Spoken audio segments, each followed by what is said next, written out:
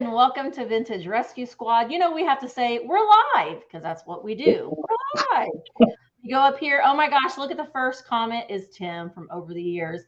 Tim from over the years. I'm honored that you're here, Tim. So yeah, Tim also has sold on Whatnot as well. So we've got Mick. Mick's your mom here? You know, I'm not gonna I'm gonna say like a blanket hello to everybody. I see you. Thank you guys so much for coming. But we only have Lydia here for a limited amount of time. So I want to make sure that we are utilizing as much time that we have with Lydia as possible. Lydia, do you want to introduce yourself a little bit to everybody? Sure. Well, thank you everyone for joining. I'm so excited to be part of this live with such great titans of industry here. I work for Whatnot, the live selling marketplace. So it's live stream. You can think of Misty's shows, but even better. And so we're really excited to sort of do some Q&A, help answer some of your questions, and just meet this great kind of group of people.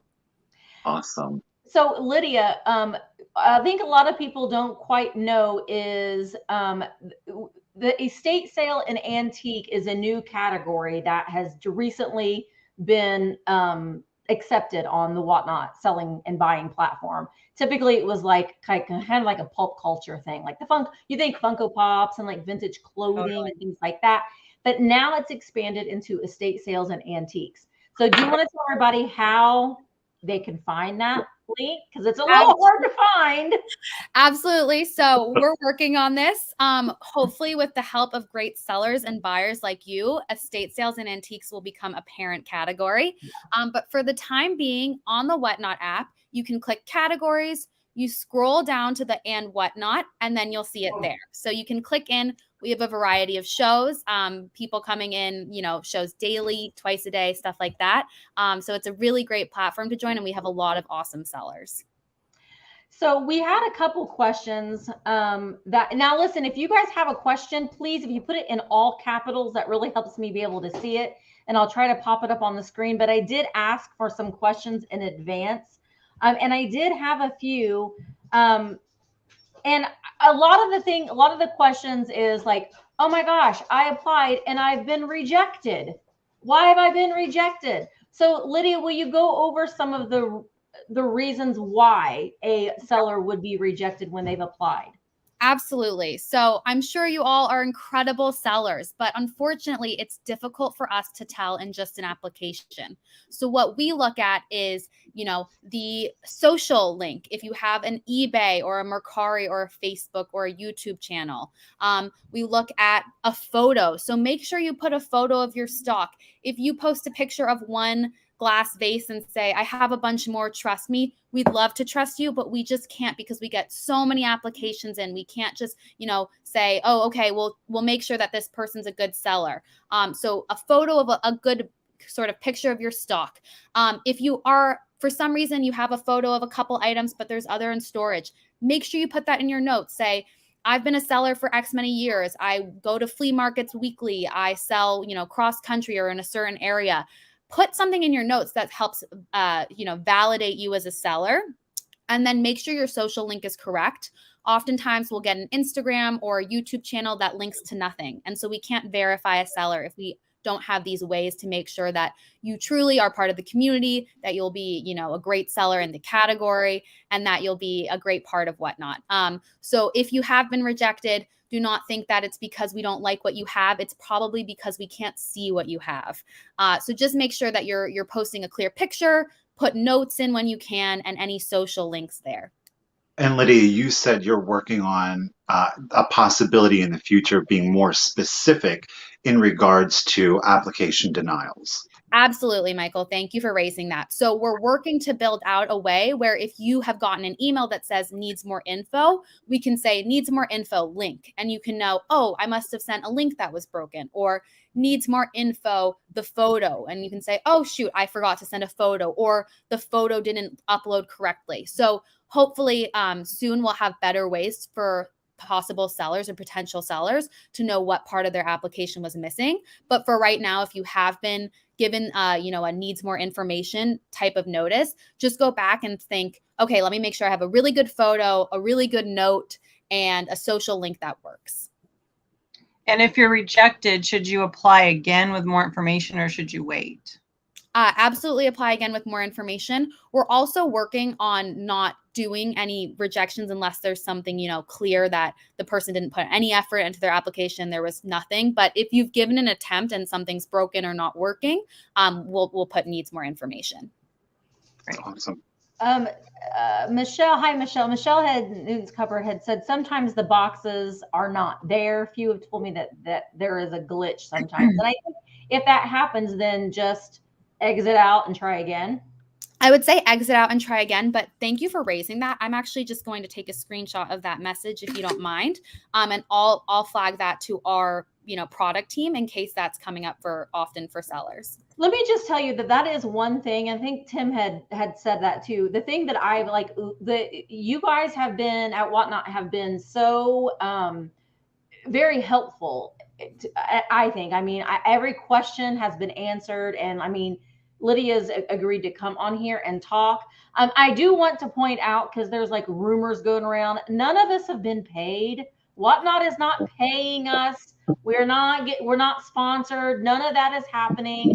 This is a very new category in this on this platform. We are just trying to build it up to be able to get both buyers and sellers onto this platform. And I've said this before, and Lydia knows this, but it's like if I had, as a seller, if I had my wish list of everything that I would have wanted on a live stream, you're going to get that with Whatnot. There's an online counter. There is automated generated giveaways that you can do.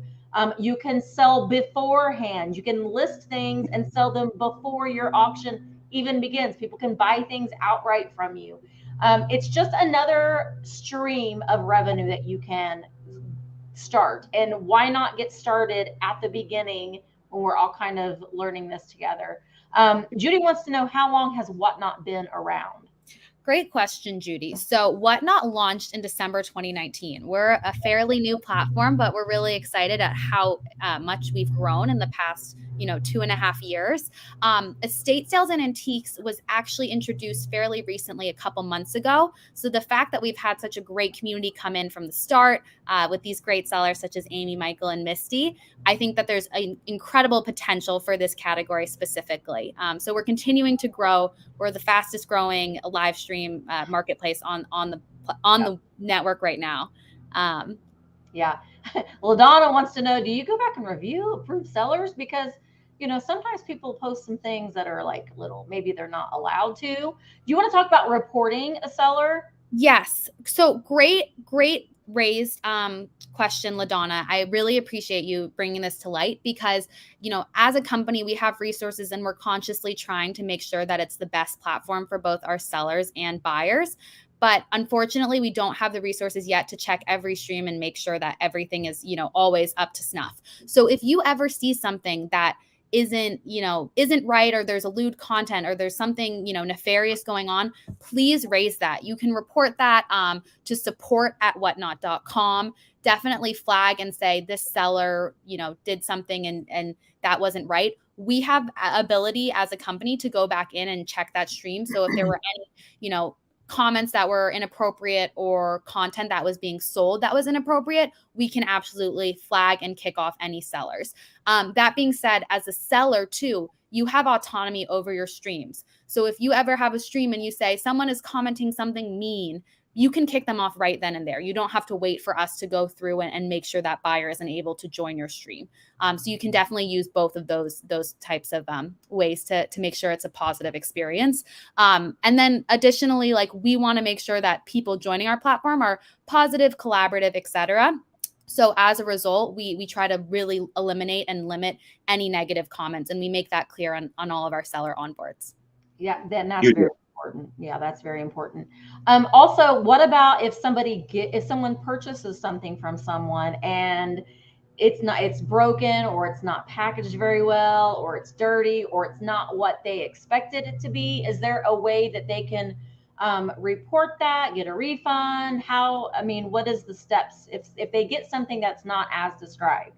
Great question. So I'll answer it as a buyer and then as a seller as well. So if you are a buyer and someone says, this is a vintage book in mint condition, and it arrives and it has stains or it has pages ripped out, that would be an example of something being not as described. So for that, you can contact support@whatnot.com. You will be refunded. We would probably ask for photos or some way to authenticate that it wasn't as described, and the seller may be kicked off as a result.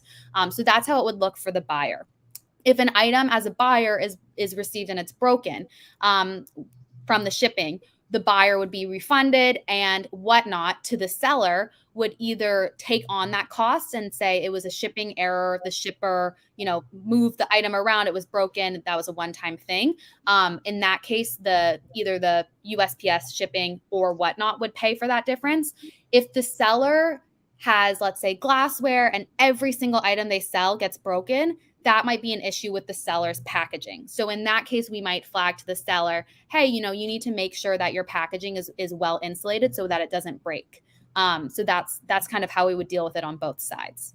And I will say that is one thing that Whatnot is looking into, is making sure that buyers are kind of, they are going to have resources on ways to be able to help them learn how to ship things a little bit more appropriately, because Whatnot is this new category of all this heavy glass and all these breakable things. It's a little bit different than what is currently sold on there right now. So it's a learning process and it's a learning curve for everybody, the platform included. So there might be a few little hiccups along the way, but just know that their customer service is excellent, and you can reach out to them if there's an issue. I want to add one more thing though too, is after you purchase something and you get it, there is an option for you to leave feedback. So you can leave a little star feedback. You can, I think it's 1 to 5. One thing that I think would be just to interject really quickly, though, I did see a comment, Lydia. Did you think? Michelle, actually, you can highlight it. Okay, so Michelle is asking, in regards to right now, we're doing like a 1 to 5 stars. Had you guys thought about specific comments in the future, possibly? Yep. So great point. I'm also screenshotting this just for our team. We have talked a lot about making these comments or first allowing comments, but then also have it being accessible to the seller to know, how they can improve, why someone commented poorly. I don't have a specific update on that, but I would just say to kind of stay posted, and hopefully that will be rolled out soon. I'd seen Susan, about the reminder on the item when I get it and go to the auction. I cannot, but were you talking about something that, because people can do a pre-bid. You can do a pre-bid on an item, if it's something that you really want and say you can't be there. It's almost like the just in cases that we sometimes do you can do a pre-bid. So if it's something that you really, really want, you could throw down a pre-bid of $100 if you wanted to, if it's something that you really wanted. And then that's what it would start at. So I could see that becoming a problem in the future, but that may be why, Susan, if I'm understanding your question. Go ahead, Michael. Oh, no, I was going to say, yes, you can, Sandra. I just really quickly though, specifically, and I think Lydia, you were talking about it, but to verify, Whatnot is tracking buyer-seller repeat issues. Is that correct? Yes. So if there's we have kicked sellers off the platform for selling fake items, for selling, for misrepresenting items consistently. And we have kicked off buyers for saying, oh, I never got my item time and time again. So we monitor both sides. If it's a one-off, you're not likely to have it really noticed by the company. But if this is something that happens consistently, we definitely are tracking that. And we have a lot of support to make sure that it's a positive experience for both sellers and buyers. Can I bring up the shipping time really quick? Because several Yes. people have asked, and I wanted to have you clarify. Since it's 2 business days, if we have a sale on a Thursday or a Friday, then those 2 weekend days, we have those kind of as freebie days to get the items out so that buyers don't freak out if it didn't get shipped within the 2 days. Can you explain that? Yes. So it's 2 business days. For example, I know we have Memorial Day coming up. If USPS is not open, you cannot ship. And so don't feel like, oh, what am I going to do? I'm not going to be within that kind of timeline. We ask that you do within 2 business days because the buyer has purchased an item, we want to make sure there's no lag. We want to make sure that it, again, is a good experience for the buyer. But it is within 2 business days due to USPS's, shipping and timing for the hours. And to kind of piggyback off of what Lydia said, and I think it is important, is because something to understand, you guys, is that your payment is immediate. So the ability or the desire of Whatnot to have its sellers be responsible and respectful of an immediate transaction, I think really does speak to kind of like where the ethics are in regards to business, and making sure that you guys as buyers are having a really good experience though too. So I do commend Whatnot for having that policy in place. I think it's fantastic. And additionally, the sellers will be paid 48 to 72 hours after a buyer receives their item. So we make sure that, once the buyer receives the item, the seller is getting paid out as well. And it's all, in one seamless process. And I can verify that is true, that you do. There's a seller dashboard, and you can see it as plain as day when your item, if it's still like in processing or whatever, then that shows up right away. One thing just to quickly flag to Judy, who commented asking if handmade crafts are included in upcoming categories. They are currently. So feel free to apply there, because that's the category that there's a lot of crossover with estate sales and antiques, and we're also excited to build that out. And there is something, and we'll talk about this after Lydia has to step away. It's something that we'll talk about, that whole and Lydia already knows that we're going to talk about this whole category thing. How quickly does the buyer get their item? Again, Randy girl, they have 2 business days to ship their items to you, so you're going to get them within 2 business days, or they're going to be shipped to you within 2 business days. So you'll get them within, a week's time. Yeah. And Whatnot does priority mail up to 15 ounces, and then first class beyond that. So it is faster than just shipping. I want to say I misspoke. It's first class mail up to 15 ounces and priority mail for 16 ounces or more. Yeah. Well, I wanted to say too, that was another question that someone had said. They had heard that you can't use priority boxes to sell, but yes, you can, because you are shipping priority. So you can use those USPS free priority boxes. That is one thing though, as a seller, I think that you really need, and I'm a shiny bright dog, oh, hello. Is there a way to see shipping costs that is charged to the buyer? The thing of it is you should be putting that in as you are making your catalog, or as you're adding your item. Have that scale right next to you, and you're going to have to add a little bit of weight because of your packing materials. But you should be able to pull that up while the listing is going on if you've entered in that information.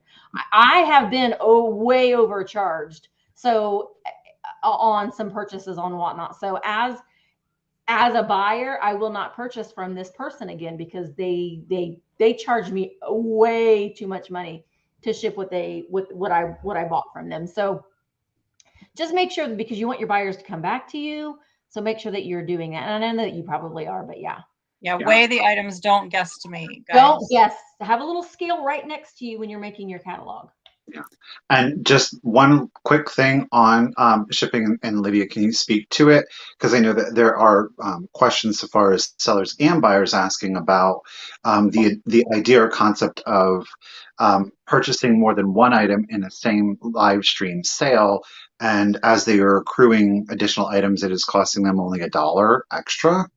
Yes. So great point to raise, Michael. This is something that buyers can really love about Whatnot. So after your first item that you buy during an auction, any additional item you buy costs $1. It is not free. It does not only cost $1 for the company. Whatnot takes in that cost. So if you buy 2 items and one costs $10 to ship and the second item costs $10 to ship, the buyer would be charged $11 and Whatnot would pay $9. The seller will never pay for shipping unless they do a giveaway. That is the only reason that we would have the seller pay for shipping, because we want a giveaway to be completely free for the buyer. So Whatnot does currently lose money on the shipping expenses, just because we want to make sure that, it's the best experience. We get buyers to continue staying on streams and purchasing more from sellers and stuff like that. Christine brings up a good point too, and this is something that I'm also curious about as well, because when you're making your catalog for selling, and guys, if you're a buyer, please know that we're going to get to you later on. We're just kind of focusing on the sellers while we have Lydia here, so we are going to talk about buying a little bit more too. When I'm making my catalog, I can only enter in the weight. And the dimensions of the box do matter. That they do matter as far as the shipping fees go. I will go in when I'm printing off my labels. I do go in and I adjust and make the adjustments to what the size of the box is and the weight to get it exact. Because when people buy multiple things, then it can cost that. Because I feel like I know that Whatnot is paying the difference. But why should we make them pay more if they don't have to pay more? I think that's just, it doesn't take that much longer to enter in those dimensions. But it did take me a while to figure out where I found that. And when you're in your seller dashboard, there's like little blue numbers, and you click on those numbers, and that will bring up where you can change your dimensions and the weight. And Misty, Lydia, can you speak to this? Because or Amy, I mean, I have not sold on the app yet, so I'm unfamiliar with this question. Randy, is shipping discounted like Pirate? Well, it is discounted because they're getting a, what do you call it? A mass, like a bulk, discount. right? Yeah, bulk discount. Bulk. And then you're getting the base price is how much your first item weighs. And then for each additional item, you're only paying $1 more. So you are getting usually a huge discount. Like my 21-inch swung vase was only $1 more to ship, and it cost me $40 to ship it to the customer. So right. And I think that from a selling standpoint too, it's a good point to keep reminding your buyers that any additional item will only cost them $1. That's a good little reminder. It encourages me to buy more when I'm at a sale and I've already bought one thing. I am seeing a lot of comments. People are definitely getting invested as buyers in the Whatnot app. It does make it a lot easier for you. It does. Yep. Okay, let's see. Where are we at here? I saw something else. Oh, go ahead, Lydia. I know you had. Just the other thing I want to flag that I think Misty's going to review after this session and then send out is we do have a how-to both seller and then buyer on a step-by-step with videos that explain on the seller side, how do you list items, etc. So that hopefully will be a helpful resource for you all as well. And I do have those links, so you can email either Amy, Michael, and I, and we can get you those links if you're having a hard time finding them. So what happens if I put in a weight that's too low? So before an auction, if you put in a weight that's too low, you have the ability post-auction to weigh that and then change it. So you can change the shipping, you can change the dimensions or the poundage after your show. Yeah. And Lydia, just to clarify the importance of doing that, though, is that I know that there may be some sellers that are like, oh, it's different, whatever. And while as a seller, you're not paying for that, that is being charged to Whatnot. As Misty was saying, I think it's really important to make sure that you are putting it in accurately. That way, Whatnot's kind of being stuck with the bill because we want this to last. We want this to last. Right. We want this $1 additional shipping to last. If Whatnot is going to continue to lose money on this, they're going to take that away because any good business would. So don't take advantage of it because it's a good selling point for you right now. To sell more. Great question, Jean. I know a lot of people are very concerned about this one. Payment information is absolutely secured on the site. Do not worry at all about Whatnot. We have a very secure payment provider. You can pay via PayPal or credit card. The credit card also has additional protection because if someone steals your credit card, for example, you can call your credit card company and say, I didn't make that charge. That was fraudulent. You have those same protections with Whatnot. And then additionally, like through PayPal, everything is secure. So your information will not be shared at all. There's nothing that will be exposed. We're a very safe platform. And before you go, can you talk about the IDs, verifying the buyers? What's a verified buyer? Yeah. Oh, yes. So I don't have a ton of detail on that specifically. There should be more on the seller or on the, how to buy from Whatnot there. But during an auction, anytime that a buyer purchases, Whatnot on our side makes sure that the payment went through. So if a buyer tries to buy something and it's a fake buyer or it's a fraudulent buyer, the seller will never have to then deal with the idea that, oh, I shipped something out and I was never paid or something happened. We make sure as a company that the buyer is in fact a legitimate buyer, that the credit card payment will go through, because as soon as you buy it as a buyer, we're charging you. So we make sure that that money is being held, but we don't pay the seller until you get the item. So we're sort of like a conduit between the two to make sure that the buyer has the funds to pay the seller and that the seller provides the item before the buyer actually gives the money to the seller. Yeah. And then I have sellers and buyers who feel uneasy about having to upload their ID. So can you talk about that?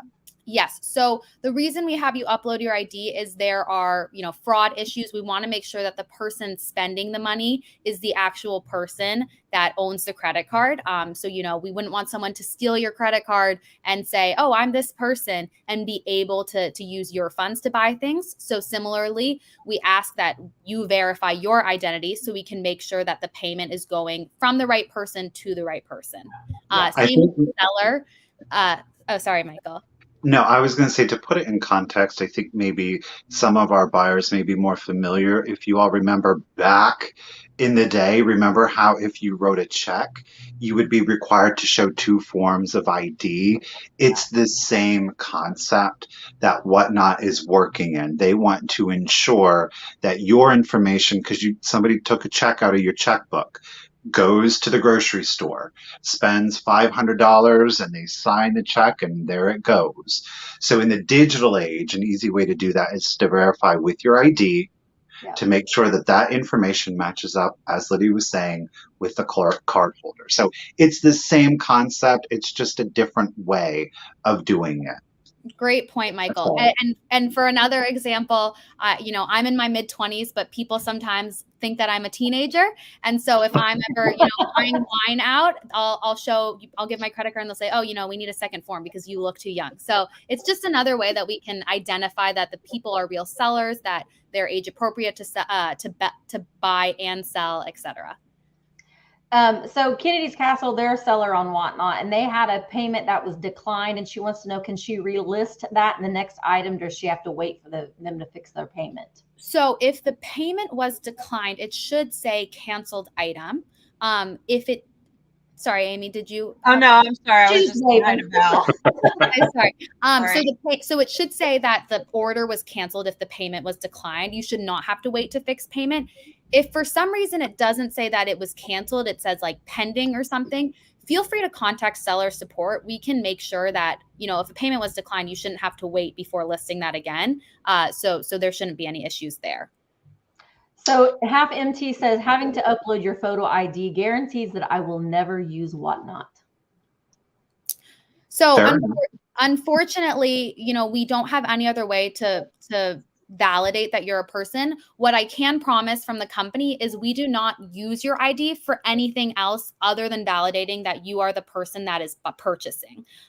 So if you think about it, similar to, again, going to a grocery store and having to show your ID to purchase wine, that's kind of how we're using it for Whatnot. We need you to show your ID in order to be able to have your credit card go through and say that this is in fact the person purchasing this item.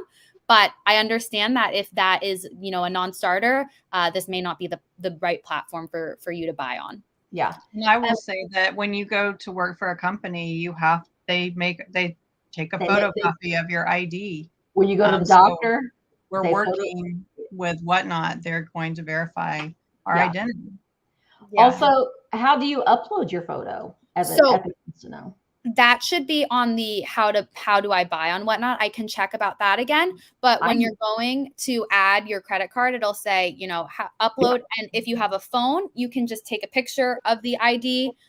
Or if you have I believe you can take a picture. You might also be able to upload an old photo. So it'll give you a step-by-step process when you try to purchase for the first time.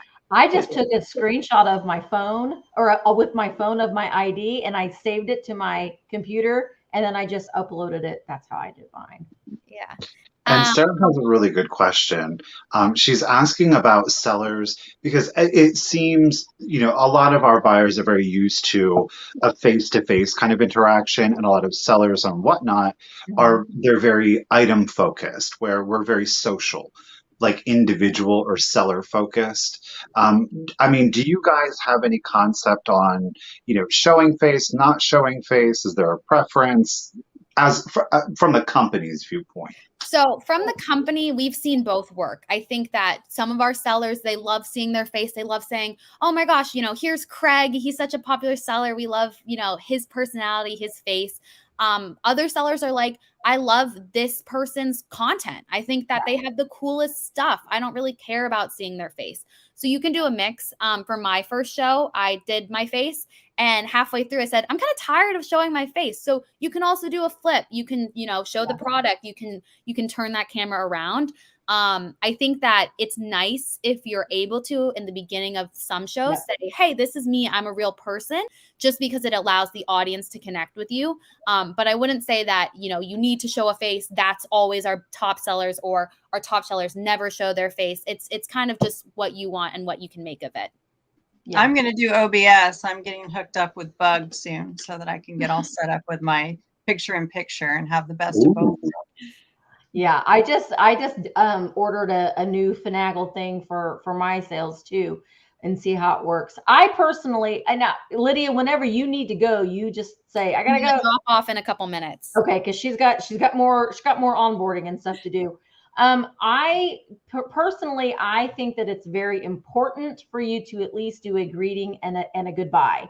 I think that builds some trust with your customers, so they can be able to see who you are. That's just me. But everybody can do it their own way. I know my daughter is getting ready to start selling on Whatnot. She's going to have her first sale next week. She does not want to show. She just feels it. She just doesn't want to. And I think it's whatever worked for you. But I like being able to say hello and then goodbye at the end. Yeah. And I will say, Amy has the stunning makeup, her eyeshadow. It's beautiful. I am like not wearing makeup at all. So you don't feel obligated to blitz yourself up. Like, people want to know you. They don't, necessarily need to see everything. So feel free to dress up or dress down, whatever you prefer. Newton's question about taxes. Great question. I will say that I am not the expert in taxes. I know that there are forms that Whatnot can give sellers and stuff like that, but I would recommend you look at our help website, which I'll also send to Misty to share out if anyone needs it. Or additionally, if you don't find answers to your specific questions on the help, like FAQ, you can email seller support@whatnot.com. There you go. They will collect sales tax, but you are ultimately responsible for filing your own taxes. You are a business, and talk to a CPA. You are issuing 1099s. You're issuing gig work, just like you would through PayPal, just like they do through Google AdSense. So that's not going to change. It's just going to be one more form that you get to take in. Right. I mean, it is reported, so you do have to report this as your income. Absolutely. You have to follow all the same rules that you do every other selling platform. Let's see. And I wish getting your nails done would be covered on taxes. It is. No, my CPA, mine says it's not. It is. Maybe it's different. Doing it for work. Maybe it differs from state to state. Never know. All right. So at this point, I'll do one more question if that sounds good to you, and then I have to. Yes, absolutely.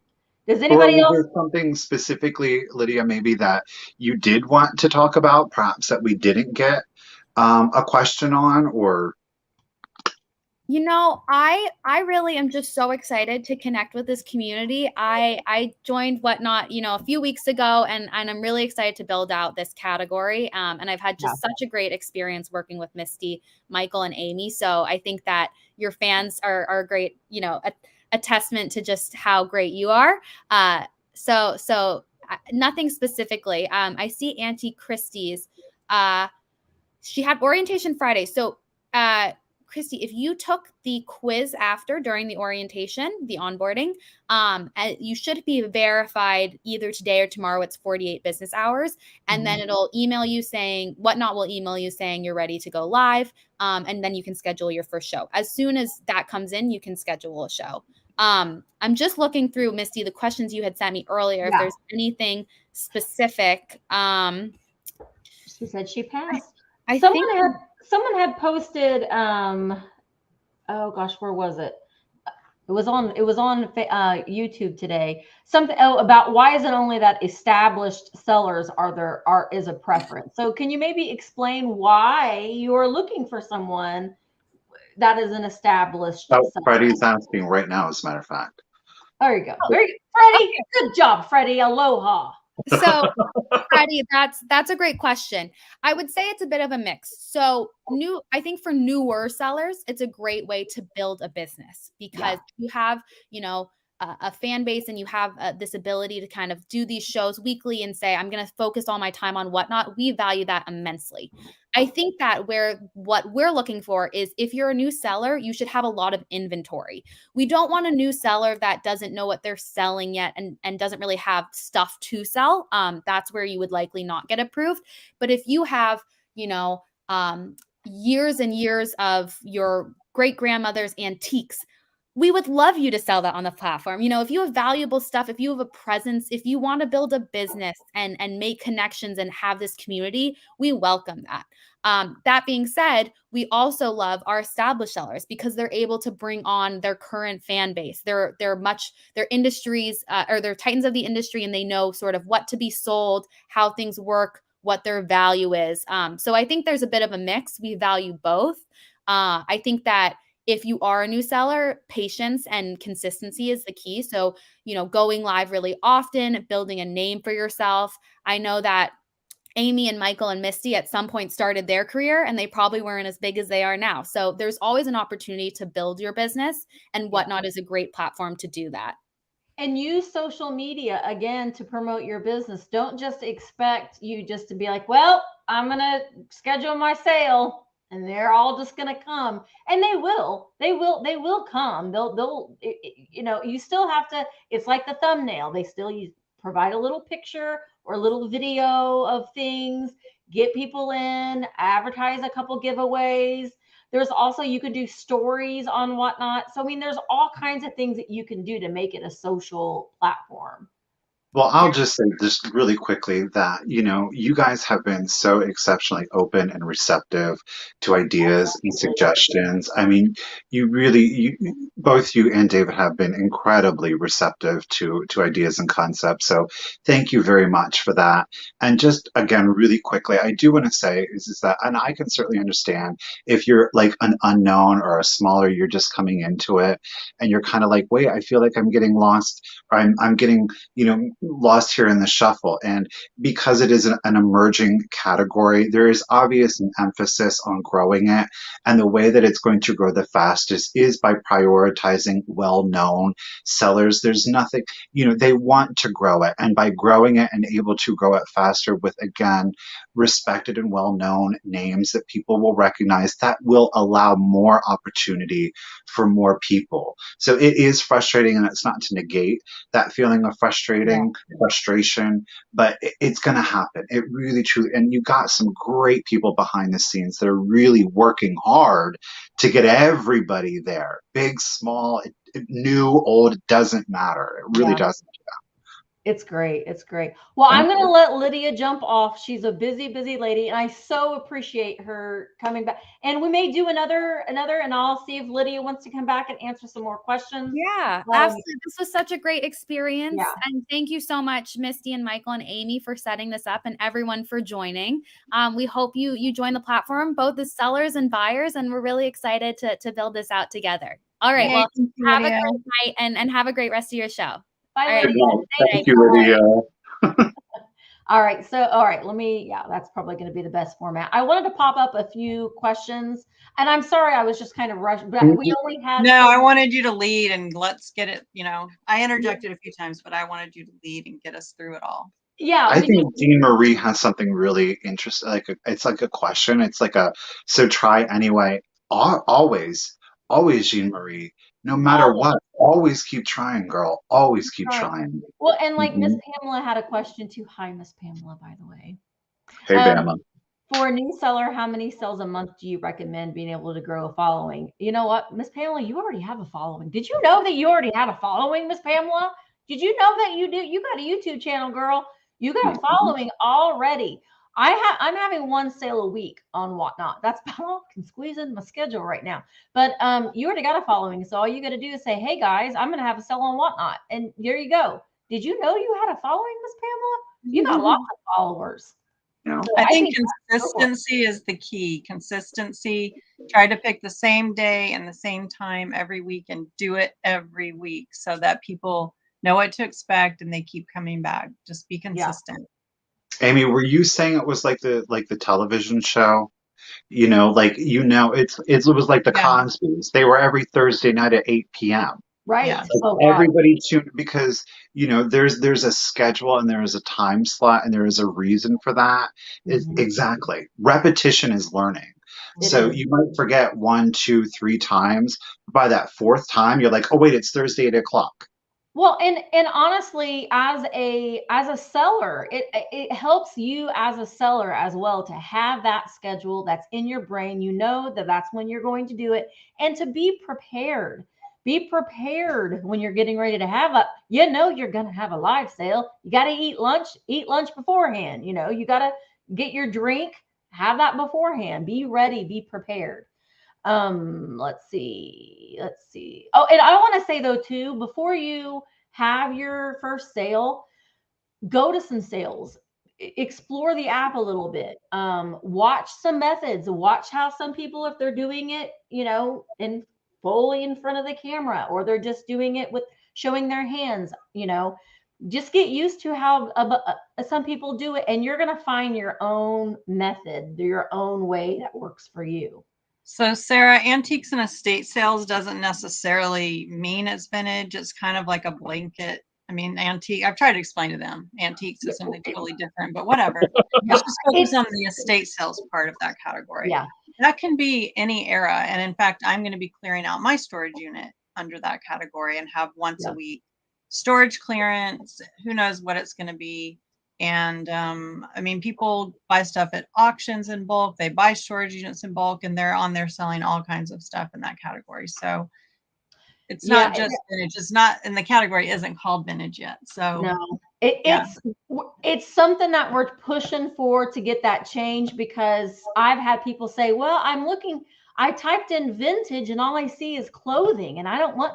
So there needs to be a differentiation between vintage and like vintage home or vintage decor or vintage hard goods. I don't care how there needs to be some sort of differentiation between the two, because it does get confusing. Um, Rachel is asking, is it an app? I listened to the beginning. Whatever, you have to get verified as a buyer too. Hi, Rachel.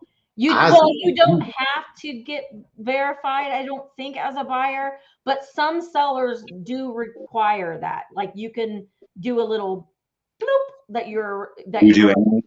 yeah, I I do. do. I do too, because I don't want. I want to get. I mean, I'm trying to sell myself. I want to get paid for it. Yeah, I don't I want don't my want time or my other buyers' time to wasted waste by it. an item that just falls So, Yeah. through. ladies, just to clarify, so that we can maybe the idea or concept is that you are a seller and you sell to a buyer who is unverified. What that means is that that unverified buyer could have stolen credit card information, have paid for the item, had that item shipped, and then the actual card owner flags it as fraudulent. That means you as a seller do not get paid. Right. That is why Whatnot, it's a way for Whatnot to protect its sellers and its buyers, right? Yeah, because we're getting verified too as sellers. Like Right. I check marked, yes, you can do a background check on me, Yep. Yep. because I just think it's important. And I mean, coming from doing everything, we improvised to make these live sales work when we didn't have a designated platform. But now I feel like I'm ready to level up and not have to worry about all those things. So why not go all the way and say, yes, I just want to work with verified buyers. So if you put in a bid and it doesn't get counted, that might be why, because the seller doesn't accept non-verified buyers. Right, right. And I mean, as a seller, we've had, actually, I have one right now that still has not paid me from last week. And that is a benefit as a seller, is because you get paid. I mean, I don't say you get paid right away, because you still have to ship your item and you're not getting paid for about 48 hours after the item is received. So there is a bit of a waiting period there. So you have to understand that in the get-go, that there is a little bit of a waiting period for you to get your money, but you're going to get your money. That's the difference. And your time isn't being wasted, like Amy said. You know, if you're not wasting, the buyers aren't, their time isn't getting wasted, and your time isn't getting wasted either. Yes, I do too. I love that there is an accountability process. And I've kind of said, you know, with YouTube live sales, it's kind of like the wild, wild west. There's no rules. You can do whatever you want, and people will just, there isn't any accountability. So I do like that there is an onboarding process. I really do. Hi, And I Jen. wanted to say with the sellers, if you guys are selling consistently every week, it's kind of like starting a new job. You don't get paid for a week, right? Right. But if you're selling consistently every week, you're going to be getting paid consistently once you get in that flow. So you won't get paid for this week until next week when things arrive. But if you sold last week, you're getting paid for that week. And you can log on your computer. You don't have to, you can log on to your desktop and watch a live sale. And the thing that I like about, that's how I prefer to watch them, because then I can pull up the catalog and see what's coming next, or see what they're going to have. Because sometimes some sellers will say, hey guys, what do you want me to do next? And you can say, like, if you think you're only going to be there for 15, 20 minutes, do the reindeer next. You know, you can have them do that. So I don't know. I prefer to watch it on my desktop. I like what Freddie Fine says, because yes, you guys as buyers, you don't have to go and send us your information. You don't have to wait for the invoice. You don't have to wonder, did they send the invoice and I just didn't get it, or I didn't see it, or it's in my spam, or they had the email address wrong with a typo. Like, you guys, it takes all that stress and extra effort out. It's just like shopping anywhere online. One click and it's done. And you don't even have to type in your address and all that stuff. Nope. Like you do on other websites for shopping. Because you already did it. Yeah. Yep. You already now, did. ladies, Penny Sue was asking in regards to the pre-bid. When the item goes live, can you ladies speak to this? Is that then what the item starts at? So this is how it works, because I was really like nervous about this. What if somebody puts $5 in on one of my dolls, you know? But, and I want to talk to them about maybe changing this so that we can designate the starting price. But what happens is, as the seller, you don't get to designate what the starting price is going to be. So if someone puts in a bid that's lower than what you were planning to start it as, then that bid becomes voided once you type in the actual amount you were planning, which, yeah, it's kind of like, well, then the buyers are going to feel weird about that. But that's what the way they have it right now. But if somebody types in a price that's higher than what you were planning to start it at, then that becomes the starting price. But you do have to manually, as the seller, retype that in. Yeah. So talking to them about doing like a reserve kind of. Well, I want them to be able, to say, because I've seen some sellers that just put it in the top line of their description, so that when you pull up the catalog and you look below, it'll say starting bid $25. So if someone is really reading it, they can say, oh, okay, if I want to get this, I need to start it. I agree with that. And just know that, I mean, in you know, with Amy being a maker, I mean, it's, you know, she's put a lot of time and energy into these dolls that she's making. But, and me, I put a lot of time and energy into my items that I'm selling. If there's a pre-bid and it's $5 and I'm going to start it at 20, I'm starting it at 20. I'm not starting it at that $5 pre-bid. I'm just not going to do it. So just that's just what's going to happen. I mean, I'm not going to undersell something if I've paid up for something, or if Amy's created something. It's just not going to happen that way. So because there's also the cost of materials, and I will say Right. that the pose doll style heads are becoming even more expensive because they're becoming more, harder to find, just the head. So where I used to pay 10 or 15 online for them, now they're like $20 and $30 just for the head. So Pat, I don't think that you can. I think that you need to use a mobile device to do. I'm pretty sure that you do have to use a mobile. I think you can. I just haven't tried it myself, because when you're using the OBS studio, you would be doing it from your laptop. So you need to just try it out. You can test it. And what my rep explained to me, a good way to do a test is to go into one of the larger categories like sports cards or Pokemon, where there's so many streams going that you're just going to get lost in there. Nobody's going to be like, oh, someone's live in the antiques and estate sales. So you can just kind of play around in there and not have your audience really checking in on you so much. I wanted to address Judy. Okay, so Judy said, what I like about YouTube is getting to know all of you people and the people in the chat. And you know what? You can still chat in the Whatnot sales. You can. I mean, I come from a perspective that I want my sales to be sale focused.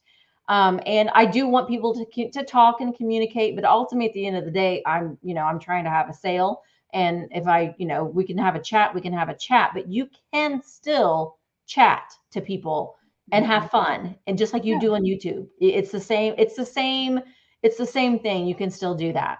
And I'll say this for myself, and I will speak for nobody but myself in this regard, is that, the idea, I guess there's maybe a question in regards to a lot of YouTube or even Instagram buyers that are like, well, why are you going to another platform? Why are you, is this not good enough? Or is there something that is so inherently wrong?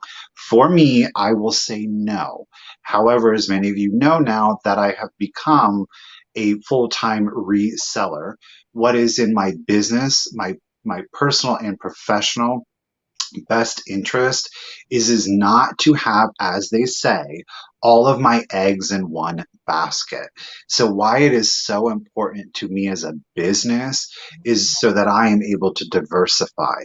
Yeah. Because when I say, oh, well, I want to have additional eBay sales, everybody, do you know what I mean? It doesn't trigger something.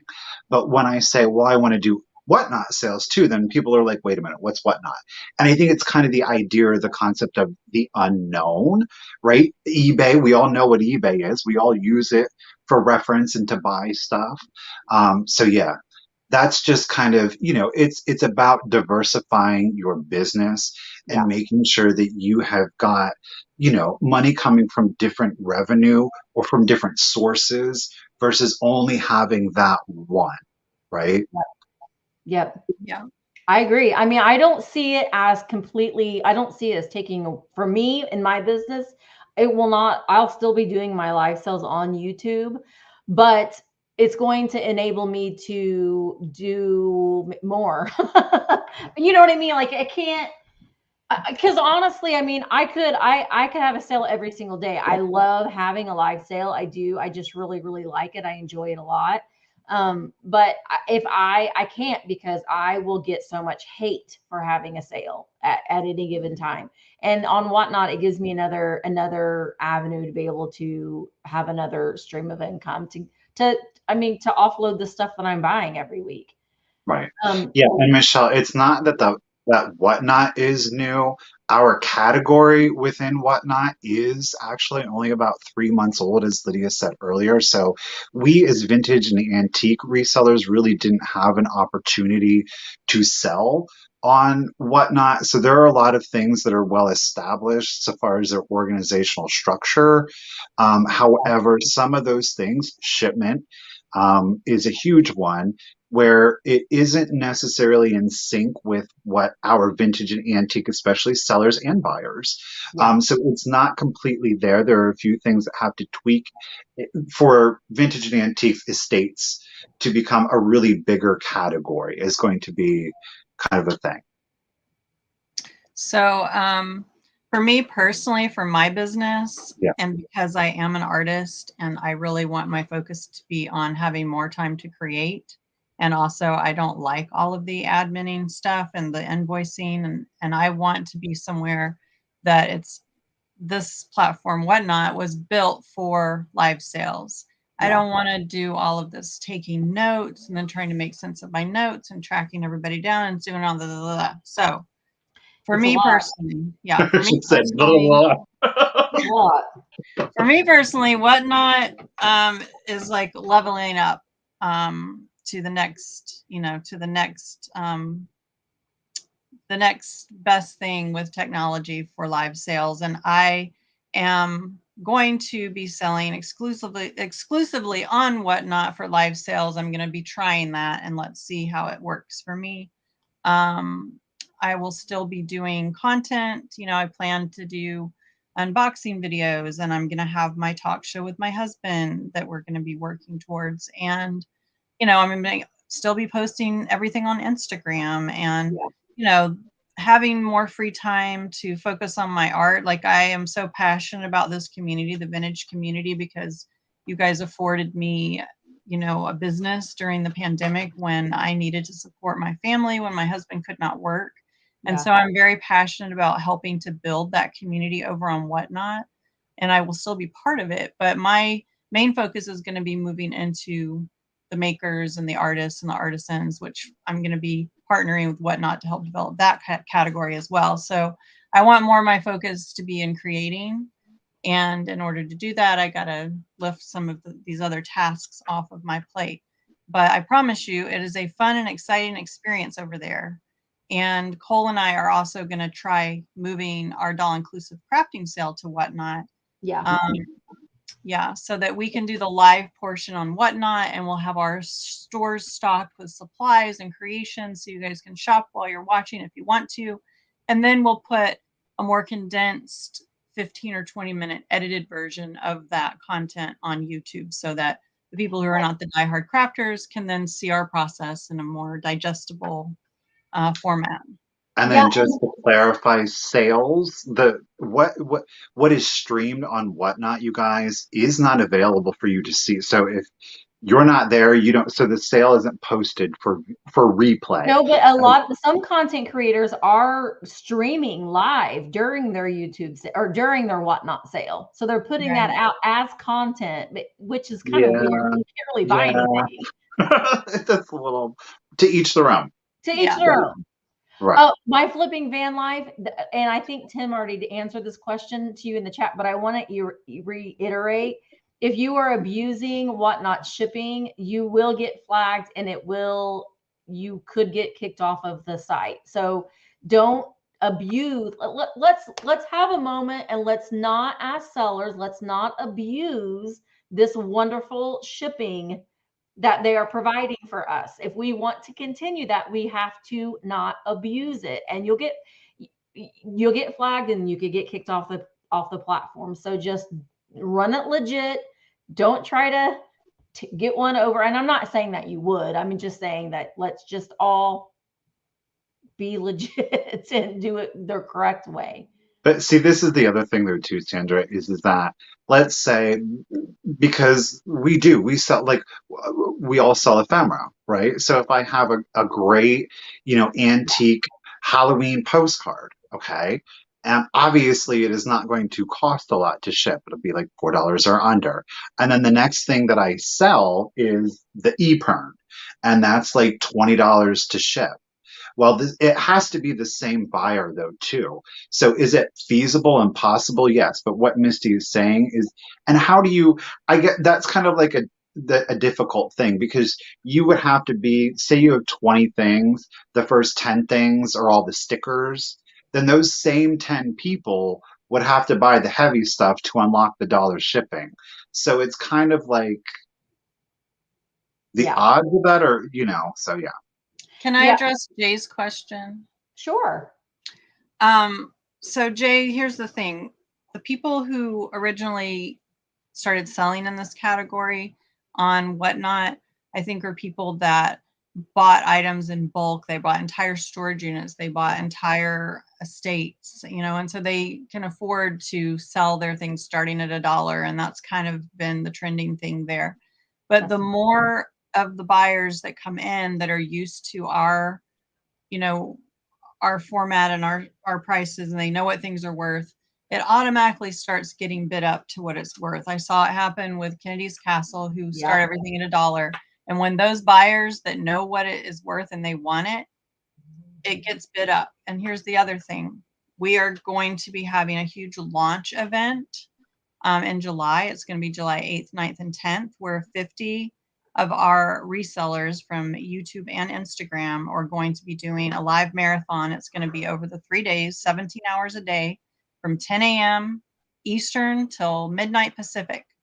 And that should be a game changer for the whole community, because with each reseller, they're bringing their audience, and it's all just going to build. So there will still always be the place for those people that want to get those bargains.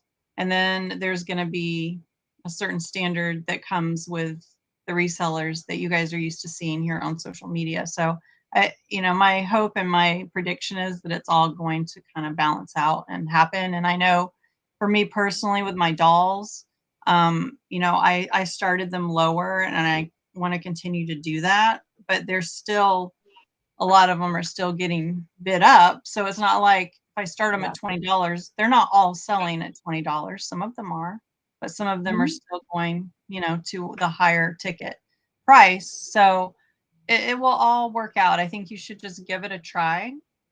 And over the years, so we have already signed all of our resellers up for the marathon. But if you would like to be considered on the wait list, you can contact me. And then if someone drops out, I will start contacting the people on the wait list. Randy Girl, there isn't discounted on the first item, no, but any additional, it's discounted because they have a bulk rate through Shippo. So Whatnot and Shippo is very similar to Pirate Ship.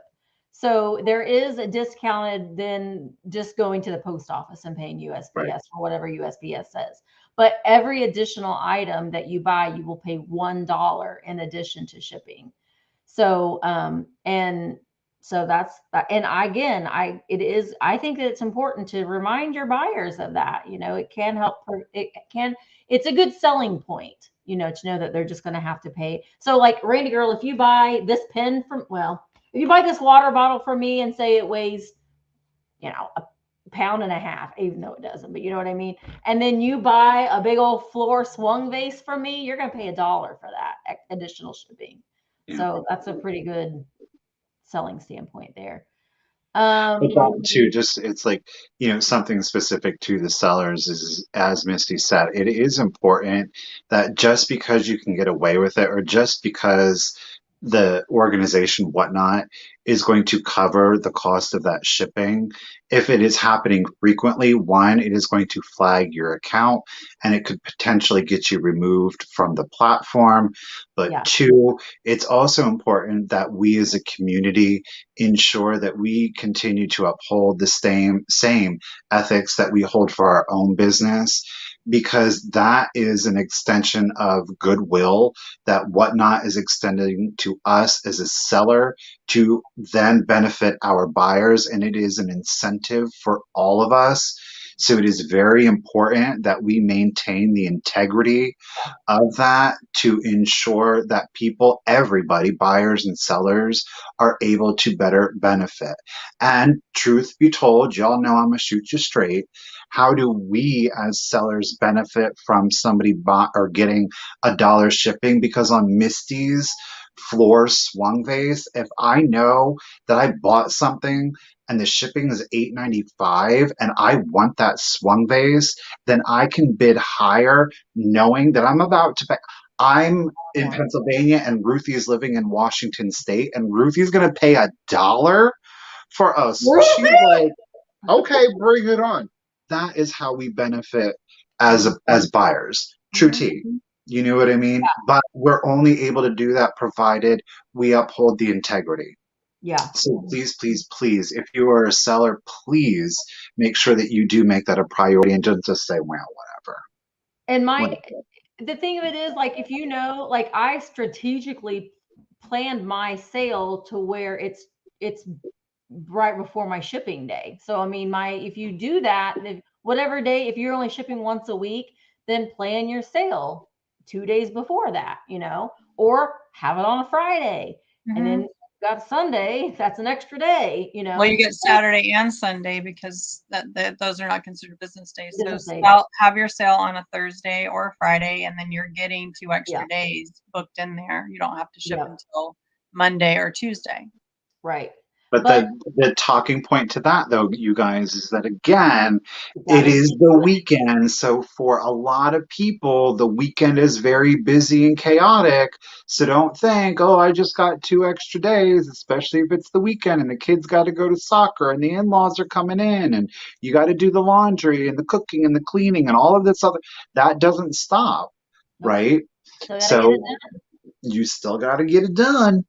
No, and I see some people saying, "Do I need to start bids at $1?" I will never start bids at $1 ever, and that's just not my business plan. If some people do, and that's fine, that works for them. I can't, because I've not paid $1 for, Right. I'm not buying things at a wholesale price. Right. I'm individually buying everything. So, and the more of us that do not start our items at $1, it will become more of an expectation, and it'll all balance. Yeah, it'll all balance out. It will. All right. Let's see. What am I missing here? I don't think you should expect to lose money at first, Norma Jean. No.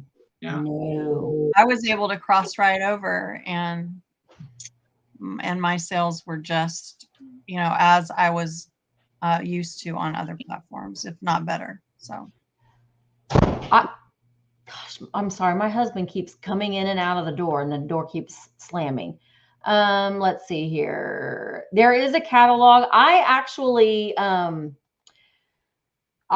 everybody does a catalog, and that's okay. If you do run your business the way that you want to run it. I'm a planner, and I won't be able to sleep until I know that I have things done a certain way. I have mine all ready to go for Wednesday. I'm having a sale on Whatnot Wednesday at 10 o'clock Eastern. It's another What are the ephemera. benefits? What are the benefits to a buyer in regards to the catalog? Well, they can see what you're going to have. They can see if it's something. It's just like doing a preview, like doing a sale preview. So if they go onto your catalog and I see one of Amy's dolls and I cannot be at Amy's sale and I really want that doll and I see that in her catalog, what can I do as a buyer? So you can throw down $200 or something that is probably not going to get outbid. Pre-bid. Yeah. Yeah, you can pre-bid. But as a seller, I have to go in and manually add that. That's not necessarily what it's going to start at. And that's one thing that as a seller, you have to make sure that you're paying attention to that. And if you're like, because sometimes we get caught up in the moment and we're like, and I'm going to be a little bit like that this week, because normally Emma is sitting there helping me and she's not helping me this week. So I'm going to be, doing it all by myself. So, you just have to have a little bit of patience and just take a breath, make sure you're looking at everything, and then put that bid in. But I'm telling you right now, if someone puts in, and in my mind, if I'm going to start something at $10 and someone puts in a $2 pre-bid, I'm not starting it at $2. I'm just not going to do it. I'm not going to do it. And just to clarify, who said, was it Lydia, Amy, Misty, who said that you can actually put, like in the description, the title that will start at, right? Yeah. So the first line of the description, I've seen sellers do that. So you have your title, and then the next line you see is starting bid $25. In the description. Yeah. I fine-tuned my catalog today. And you don't have to fill out anything in the description if you don't want to. You can just put the title. One thing that has helped me is I numbered things, and then I have baggies, because I'm doing ephemera right now. And I suggest that if it's your first couple Whatnot sales, to kind of play it safe, just to get used to the platform. I'm doing ephemera, so that's something that's very easy for me to ship. It's also something easy for me just to easily pull out and show. So just start with something that's a little bit lower risk. and that's easier for you to figure out how the shipping works, and that kind of thing though too. Can you ignore a $2 bid? Oh, that's what I was about to type in. Go ahead. Yeah. So if someone pre-bids lower than you were planning to start the item at, then it's just going to become a voided bid. Once you start your item, you're going to change that to, say if someone put in $3, but you were going to start it at 20. You just change it to 20 and then you hit start auction. Yeah. And as Kennedy's Castle is saying, Val is saying, Val. they are a really prime example of, they bought a dealer's storage unit. So they have thousands of items. They've already made their profit back. They already made back what they spent. Right. But and they're very honest and upfront about that. Every sale. Yep. Because a lot of people during the sales was like, how can you start this at $1? How can you start this at $1? They have such fun sales. Go to Kennedy Castle every night on Whatnot, 10 o'clock Eastern. They're great. Go follow them on Whatnot. It's fun. It's a fun sale. Oh, ladies, what do you have to say about this? Because Faded Love has a really interesting point. She's saying that it feels overwhelming when you're going from a few items a day on eBay to 15 boxes in less than 48. I don't know anything different. Truth be told. I don't know anything different. On Thursdays, I'm shipping out over 85 items by myself. So it can be done. You just got to do it. I mean, I turn off my distractions. Yes. I put on some music and I just get it done. I may be doing it for 10 hours, but it gets done. And because I like, I want to get paid. Well, but you don't have to do 15 items. Start small. No, you can do 5. Get used to it and then build up on your next sale. Maybe you do 7. Maybe you're like, oh, I got 5. Let me do 8. Let me do 10. Then you're working your way up. Susan, don't even get me started on that. Susan, you bid against me. You bid against me because you know why? If a YouTuber or somebody that you like, or your friend comes in, like if Michael comes in, I'm bidding against him. You know why I am? Because that's going to help the seller. The seller probably, when people say, oh, I can't bid against Misty, I know that seller's probably thinking, you bid against Misty. Excuse me. Gosh, curse Misty for even coming to this sale because they're trying to sell their things. Susan, you bid against me, and I'll bid against you. We'll all bid against each other. Well, that's though too. A lot of times, if a seller gets a really good deal on an item, and I've seen it countless times, and I will do it too, is that they start it well below what I would be able to find it on eBay or maybe on another live sale, whatever. And I just, if something is worth $300 and the seller is going to start it at $20, I'm just coming in on it.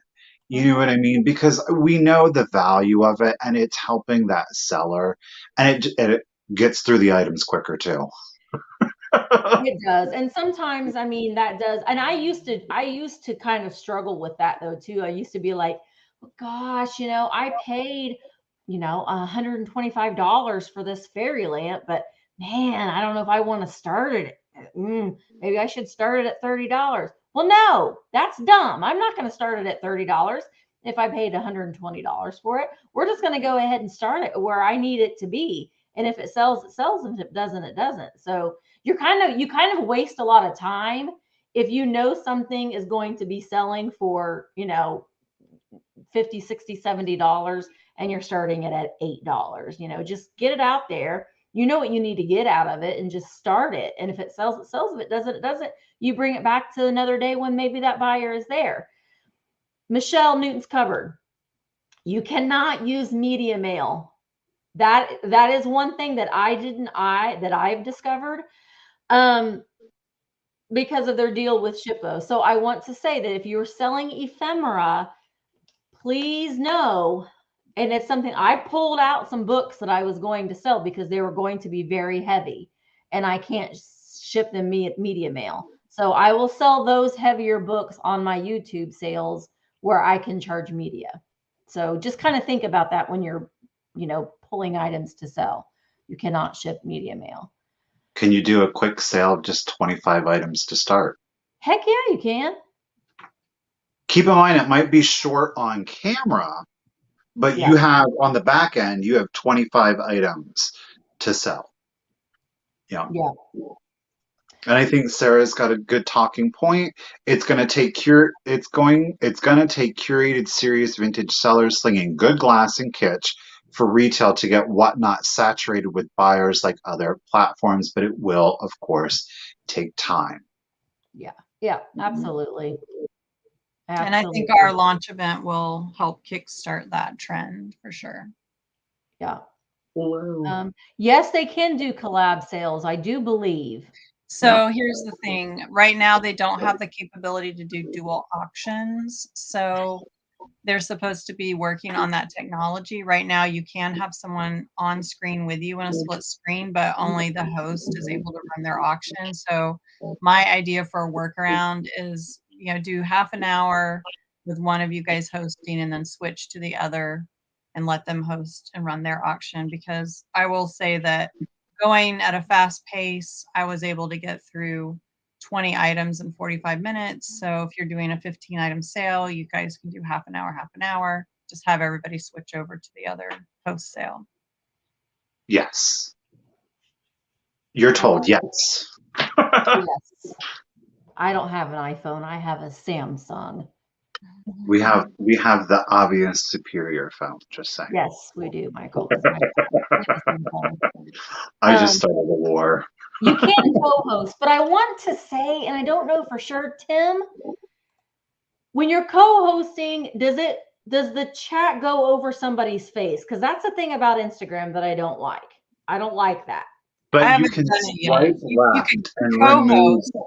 But you can't each have your own auction, Yeah. So you can be there and banter with each other, but then switch. Right. Yeah. Did Lydia address how people could find sellers in the YouTube community of Whatnot easier? I've just gone into and done like the little search, but then I think that there are, let me see if I can pull it up on my phone. You have to, put your cursor in the search box, and then you have to choose users in order to find accounts. Let's see, I'll do Kennedy's Castle. Okay, I just started typing in Kennedy's Castle, but you see there's these three little boxes here. One says live shows, products, and users. So you're going to want to hit the little users box. Boop. And then keep in mind, castle is spelled with a K, not a C. This is why some of you might not be finding it. Yeah. Kennedy's Castle with a K. Linktree would be, I think I have mine linked on my Linktree. I think you do. Wendy Hill up uniques. When you bid, does it work like eBay? The buyers decide how much the bids go up.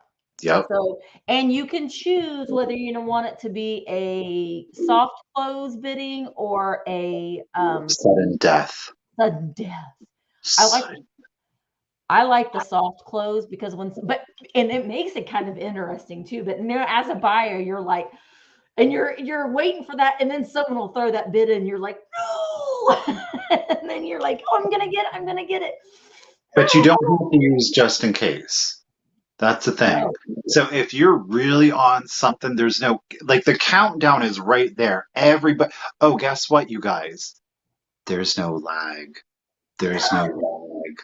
Mm-hmm. You can hit the custom button and throw down an offer that's higher.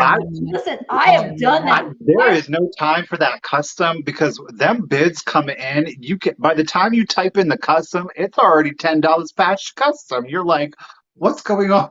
I have sometimes on Val's on Kennedy's Castle. I didn't realize that you can hold down that button and that bid just goes up. And I was like, what cute. Yeah. Alabama? Girl, did you really? Oh, no, wait. I think I knew that, didn't I? Weren't you in the sale? I thought I saw you in the Kennedy's Castle sale. I think I did. And I am Thrifter Junker Misty because I have a very long name.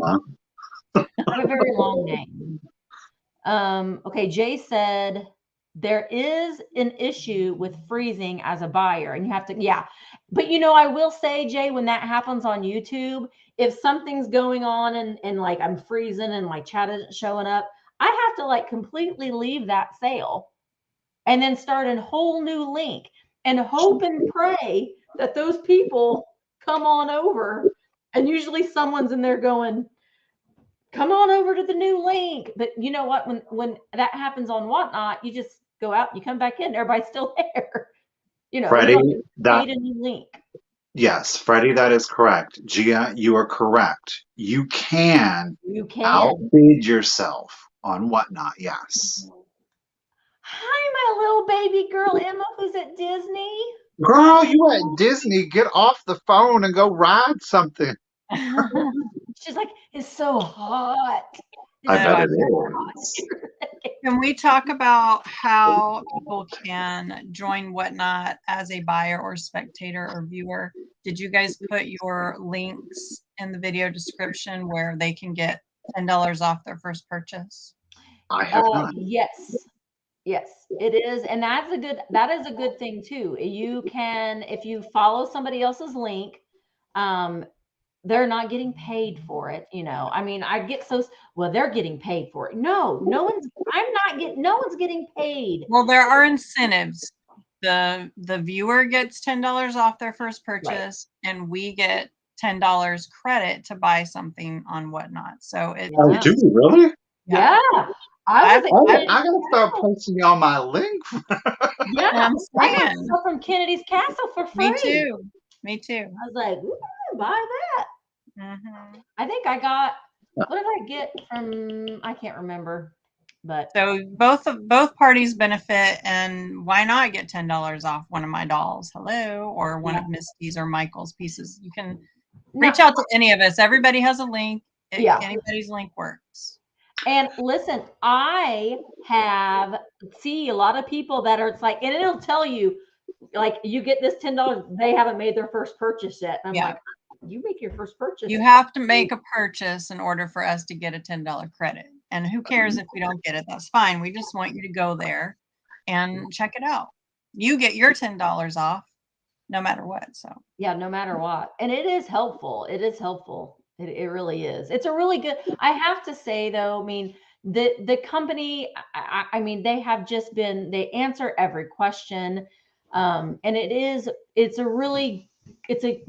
like they care. You know what I mean? It's not like, they want to be seller and buyer focused. Yeah. And I know that I'm not making money because, I can have a sale on YouTube and I can monetize it. And I might make a whole $20 from my AdSense, from monetizing my sale. But I also have to deal with a lot of the other aspects with it that aren't so fun that Whatnot does take care of. So I'm not looking at it as a replacement at this point. There may come a day where it may be. But right now it's still a new category. I don't think I'm going to be able to sell certain items. I don't think the buyers are over there quite yet, but it's definitely something that I'm going to work on building. So let me address this link thing again. So guys, anyone who joins Whatnot is going to get their own link to share with their friends. Yeah. And it looks like a little gift box on the top of your screen. You click on that little gift box and it reveals the link. But let me say this. If you have not joined Whatnot, do not download the app first. Click on your friend's link, create an account, and then take those login credentials and download the app and log in, because I've had people who just did the app first and it automatically creates an account for you, and then you don't get to utilize the $10 off. So that's something that can happen. And the $200 is referral. That happens when somebody has their first sale. When a seller refers another seller. When the seller refers another seller. Yeah. And then that seller they referred has to actually make a sale for the referring seller to get the bonus. Yeah. So Leslie is saying I created an account without a link or referral. So Leslie, that means no $10 for you, girl. Yeah. So anybody who hasn't done it, get somebody's link, create the account, then get the app and log in. Okay. Yeah. That's the way to get your $10. Yes. Yeah, you can renovative home. Yeah, you can see how many followers a person has. And I would like, so let me see. I have 482 followers. Let's make it 500 tonight. Okay. Let's Lord. all have a competition. Yeah, All right. that's Let's what I'd see. like to be. And also I am Well, I will go look. I'm really close to 30,000 followers on subscribers to YouTube. And I know if you're in the comment, you're already subscribed to me. So I don't. But if someone else is watching on the replay, subscribe to Misty's Yes, channel. I'm so I'm close. still here. I'm checking. I shouldn't say I'm so close. I'm like 100 subscribers close, but I've got 322, so I would love to get to 400. here we go. Let's make it Mine happen. is not loading. And while I can, I'm following everybody back. I don't know what the limits are yet, but I like to support other people, so I'm following And back. you can, when you're on Whatnot, you can, as a buyer, see, I've got, Leslie, you can't search for a seller on the desktop. That is a little flaw that I need to speak to yeah, them you about. can, but like, there's like these little thingies here. Those little thingies right there. That's the, well, here, yeah, let that me uncheck bookmarks one. your sale. Yeah, that bookmarks it. So it's a little glitchy sometimes for you to get your notifications, but I made myself blurry. Hang on. But like if you're like my husband, he hates getting notifications. It drives him nuts. He doesn't want it. He's just like, if I'm just leisurely ready to be on there, I'll watch somebody. So where are you at, Michael? I just logged myself out and I'm tired of messing with it. Oh man, I did that once and I had it connected to my other phone and then that phone was lost in the house somewhere. So it took me a few days to get back into my account once. I'm pretty sure I know what my password was. Daniel, you and I are going to meet and we're going to have a Whatnot class and I'm going to get you set up. Okay. Daniel. Oh, sweet little baby Daniel.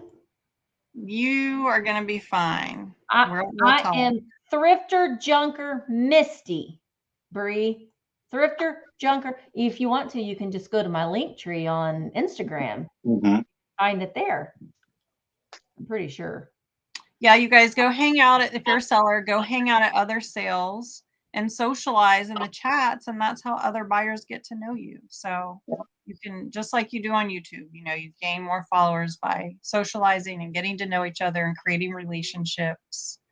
And that's so funny. Daniel's going to be fine. I'm going to tutor him and Whatnot. He's going to be fine. It's just like any other platform. When you first had your first YouTube sale, your first Instagram sale, you were nervous.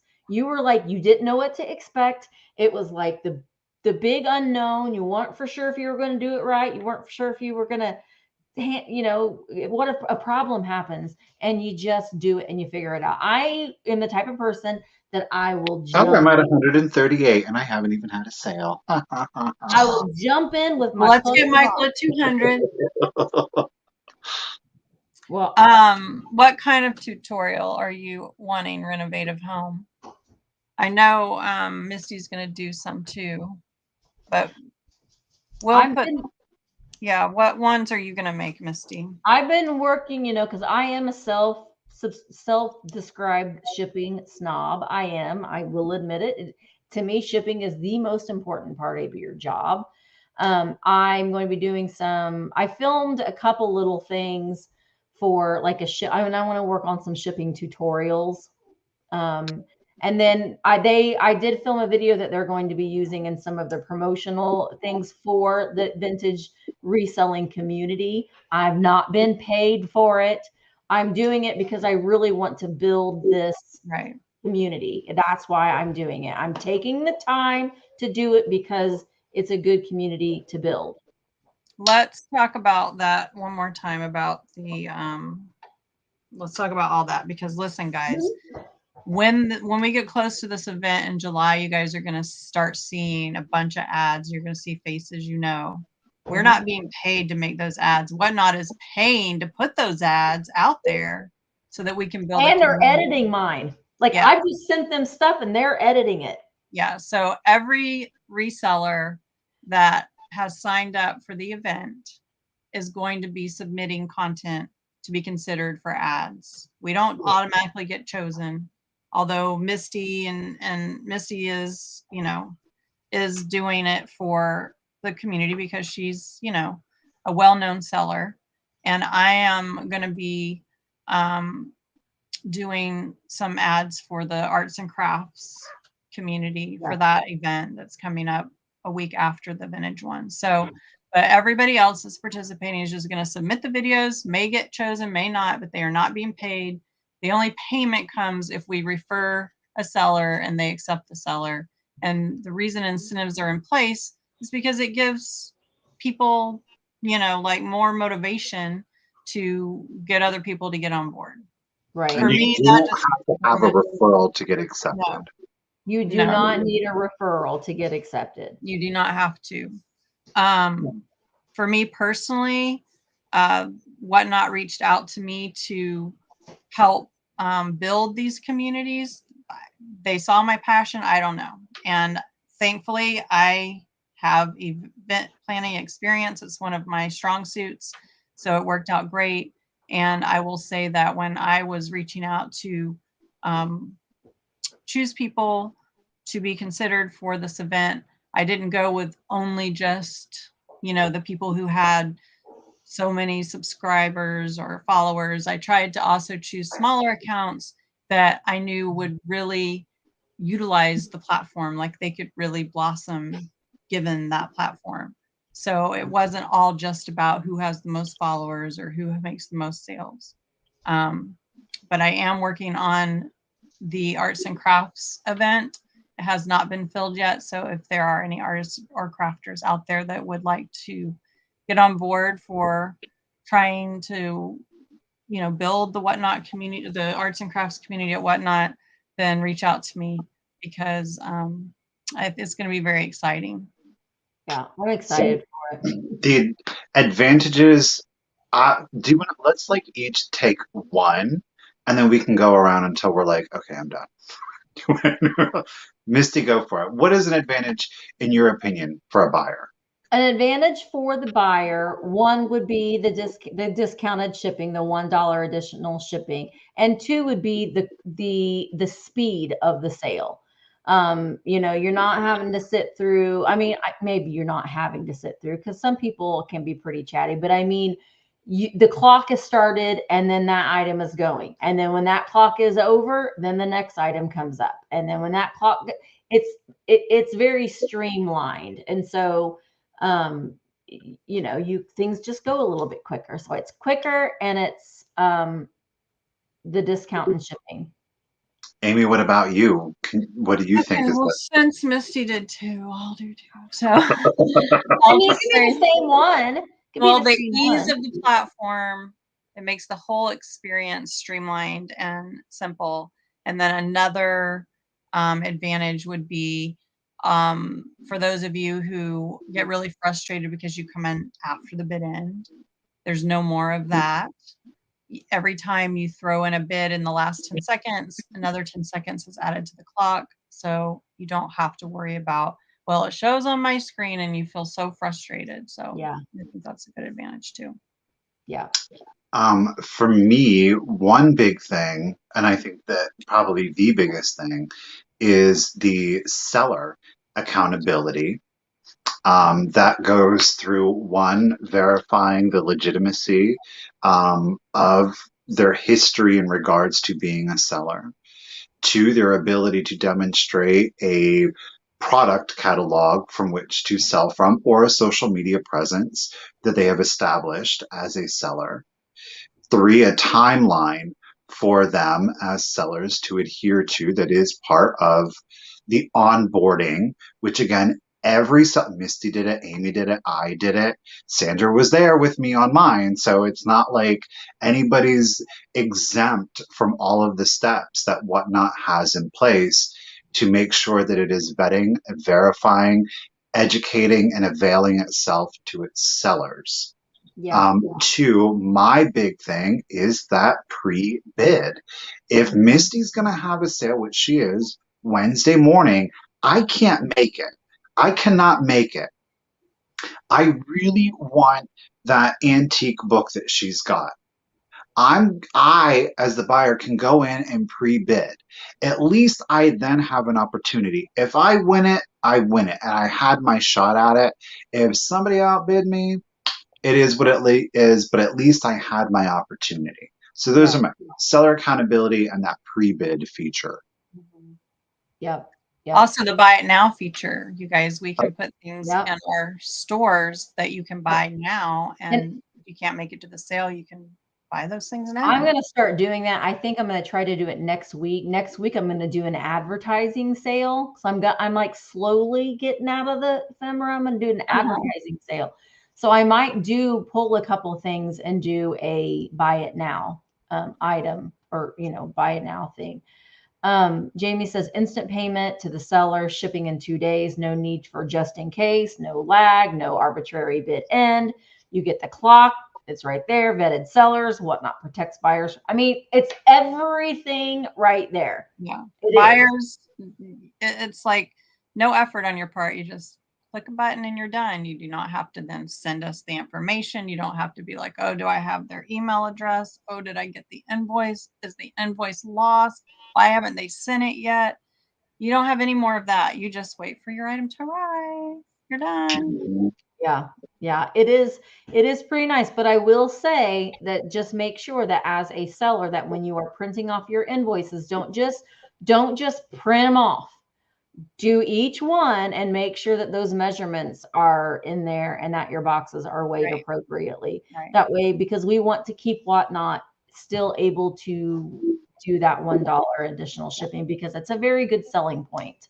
Liz, did you apply yet? Because I have to speak with you about joining for the arts and crafts community. And I just haven't started really that process yet. So let me know if you have applied.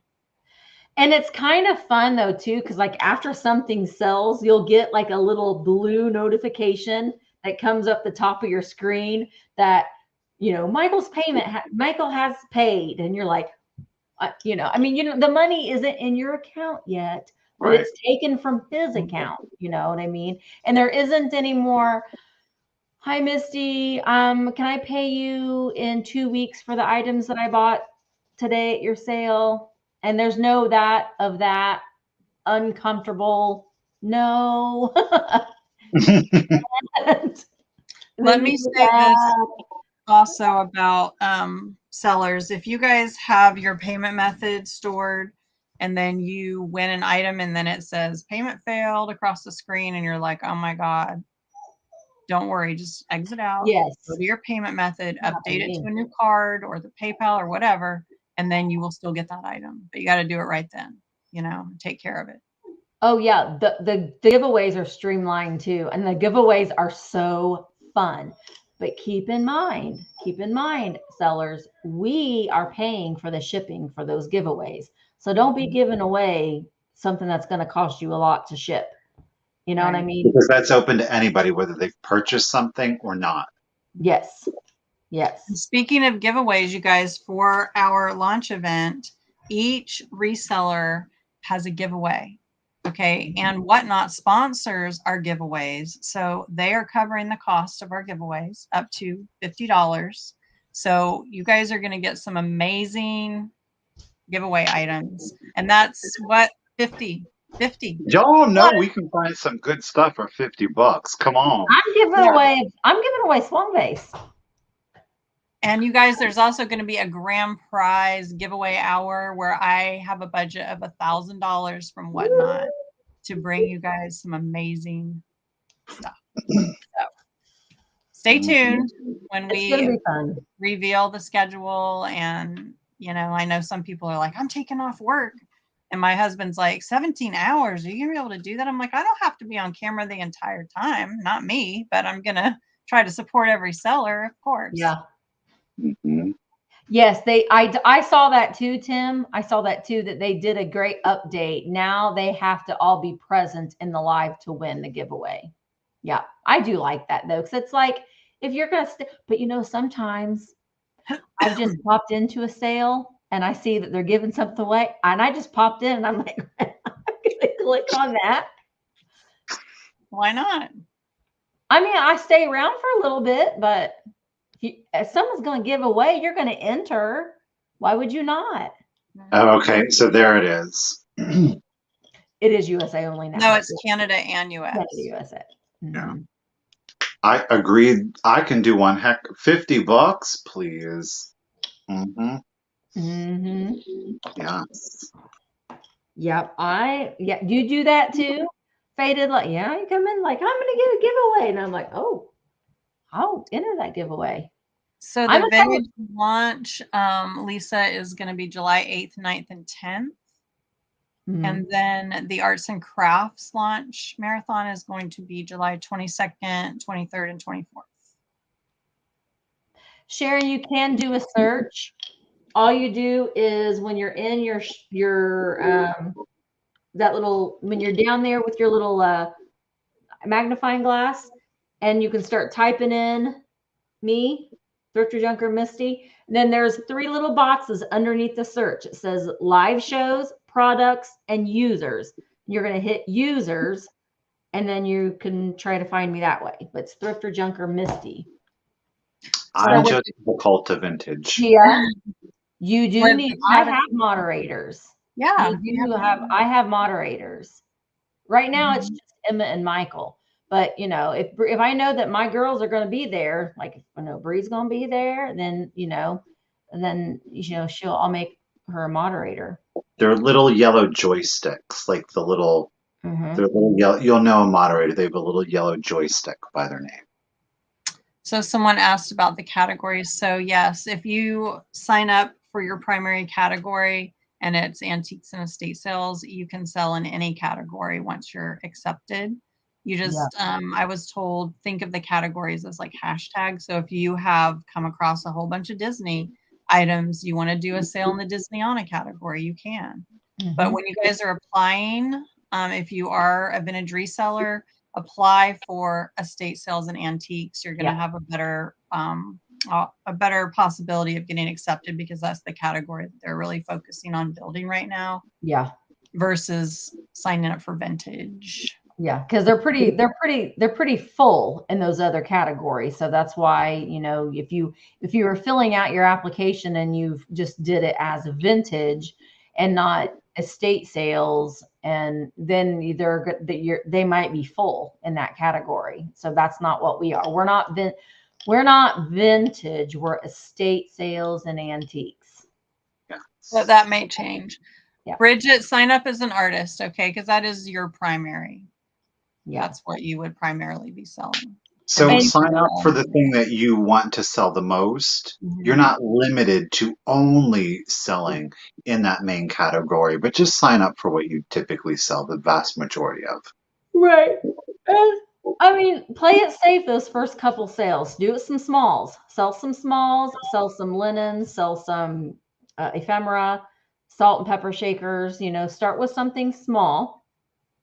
And then, gradually, as you feel a little bit more confident in the platform, and as you see more buyers come, because I've noticed, like, some of my buyers that are my big buyers, they've come over to Whatnot. I see them in the sales over at Whatnot, so they are coming. The big glass buyers.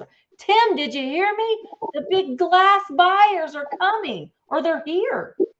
They're here. That's an excellent point. Don't worry about changing your category if you already signed up under vintage. As long as you get approved, don't worry about changing it, because you can sell in any category then. Oh, you're good. This is a really good, especially if you have Misty amended hers to make it shorter. Amy had the same thing. No, mine's full. Yours is, well, I mean, for me, like the Cult.Of.Vintage, the traveling button. If you are known by you have a social media presence, YouTube, Instagram, both, and you kind of have like a shop or a business name, get on there and get that name, because once that name's gone, It's It's gone. gone. Yeah.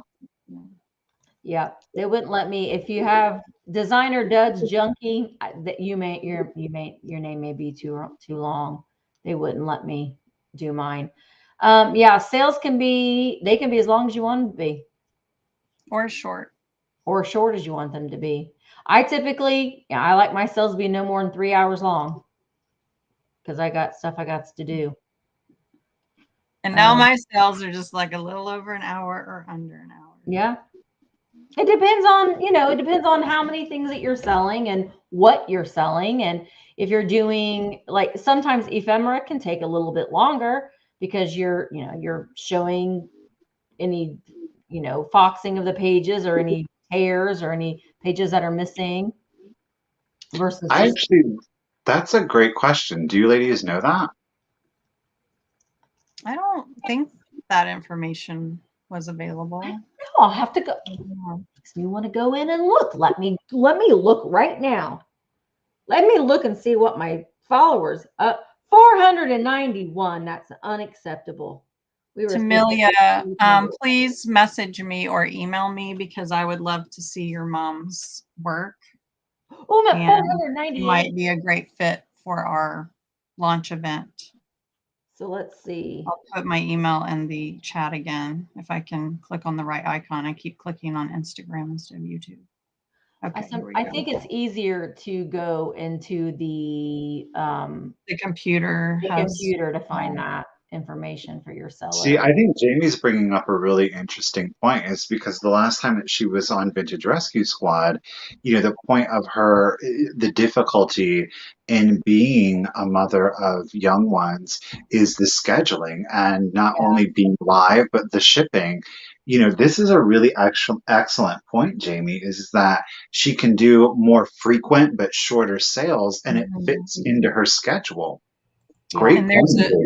there's a huge audience. I think they said Monday, Tuesday, and Wednesdays, like up until about 3 p.m., where there's a lot of people that are buyers on the platform, but not a lot of sales going on. So you can tap into that time and, and kind of get more visibility because there's not as much selling happening. Okay, so over the years, you can only see how many there are during the live. Well, all I'm seeing right now is a lot of people that need to make their first purchase. So I can we can both get our $10 off. I've always had my sales right smack dab in the middle of the day because I like to keep my nighttime family time. So I say whatever works best for you. If you work a normal 9 to 5 job and you want to have a sale in the evenings, go for it. If you want to have it. And here's the thing. Do not go and look. There's no calendar to look at. Don't worry about having a sale when somebody else is having a sale. Because I know that when I'm at a whatnot sale, when I'm at a YouTube sale even, I'm hopping around anyway. I have ADHD. I cannot sit in one place for very long unless I'm doing the talking. So have a sale when it works best for you. Period. So Melissa's asking, if you're already a buyer, can you still get a referral to be a seller, or is that just for completely new whatnot users? Yes, you can get a referral to be a seller for sure. Yes.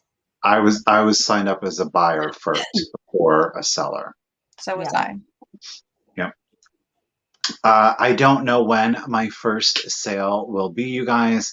The scheduling is really difficult right now for me. I've been having to do, not having, but I've wanted to help out on the Thursday night sale with Sarah, David, Jason, and Tina. So obviously having Sunday, having Tuesday, and having Thursday.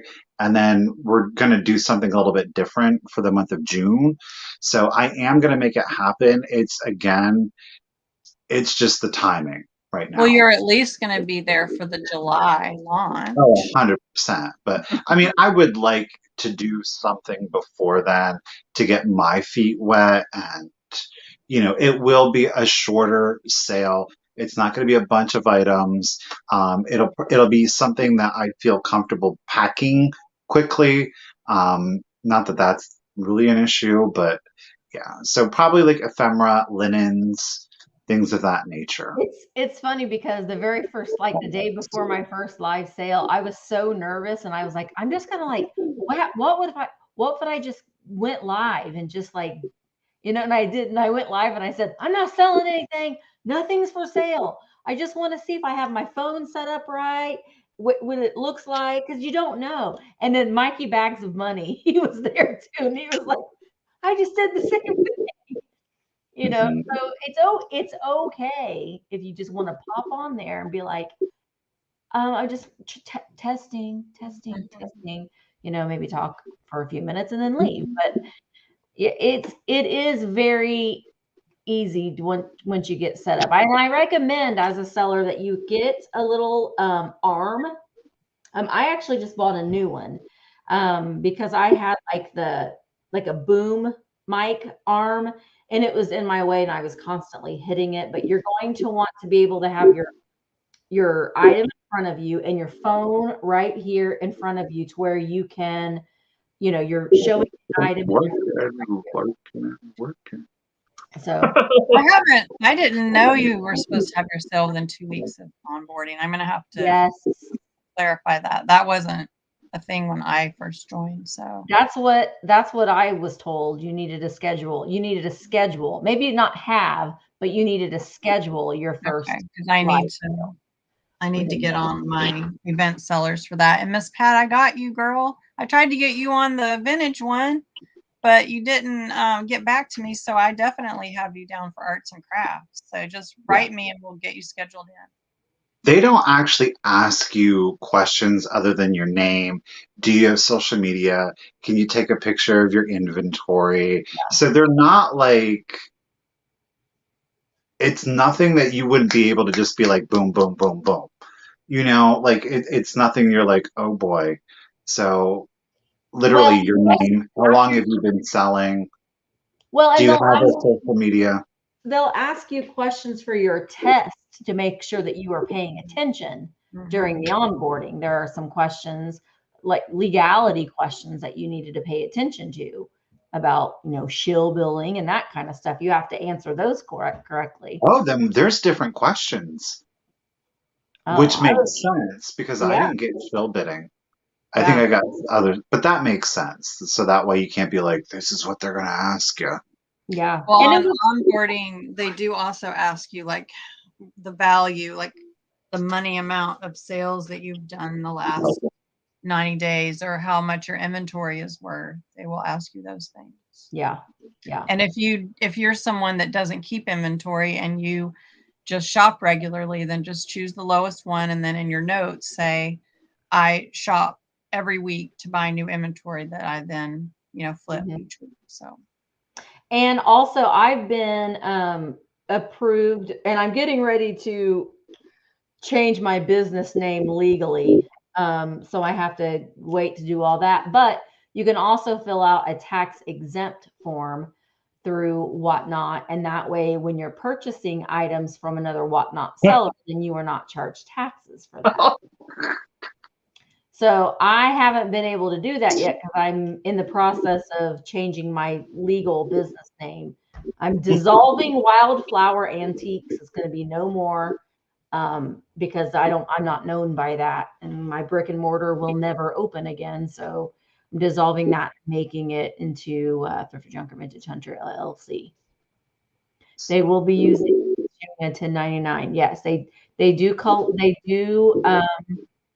you will have to pay sales tax, or they collect sales tax for you. yeah, And any platform that you sell on and or collect money from, such as PayPal, is going to 1099 you now with the new laws. Over anything over $600 per year, you're going to get your 1099. There's no way. I'm sorry, Amy. Oh, no, go ahead. I do want to clarify something really quickly, though, that one of the things, I think that there's a big misconception or something out there. If you do not have to have, one of the questions they will ask you is if you have an EIN number. You do not You are not required to have an EIN number. You can enter in your social security number. The reason they are asking you that is so that they know how to file and where and what to label your 1099. You're going to receive a 1099 whether you put in Regardless. EIN number or a social security number. You have to put in one, but You don't have to, it does not have to be an EIN number. right? Because not everybody has an EIN number. Right. You don't have to be one to be a business. No. Yeah, you're called a sole proprietor. Right. That's your simple. Yeah. I think that it's good because then you don't have to pay your sales tax on items that you buy. But yeah, you don't have to. You just have to enter in either your social security number. I think that's what I did. I don't even think I entered in my EIN number. I just entered in my social security number. For all the people who, what did Daniel say? For all the people who don't know they are not alone. Don't feel bad. Long live the oldies who are techless. Daniel, Daniel, we're going to schedule your tutoring session. get tutoring's in session for Daniel. Will I get contacted for onboarding? Yeah. Yeah, you should. If you applied, then you'll get a letter saying you were either accepted or waitlisted. Basically, it boils down to this. When you're filling out your application, you need to fill it out completely. If you're wanting to sell in the vintage and the estate sale and antiques, that's the category you're going to want to check, not vintage, because that's I think they're full. So you're wanting to select the estate sales and antiques category. Make sure that you are including a working link to your YouTube channel, to your Instagram, to your website if you have one, eBay. Make sure that you are taking a picture, even if it is a picture of the stuff that you have your eBay stuff stored on. Take a picture of that. They want to make sure that you are an established seller, like you know how to sell, you know what to do. So if you're leaving something unanswered, if you're not providing a picture, if you're not providing a link that's working, then there isn't any other reason why you have been declined unless you have, I don't know why you would be declined at this point. Patsy, you're not answering things correctly or if you're worried about pictures, and you have inventory, just take the picture of your junky garage, or whatever. Or if you don't keep inventory, then like for me as a crafter, I just did a huge collage with a bunch of stuff from my Instagram, and I didn't have a referral. And I put it all in a grid. This is examples of my work, but I sell it as soon as I make it, kind of thing. And I source my vintage, regularly. So just put in details in the notes and then do a collage of examples of your items and see if that will help. Tiger, take a screenshot. Take a screenshot of a few things that you've purchased and send that in, and have that, save it to your computer, and have that be your photo.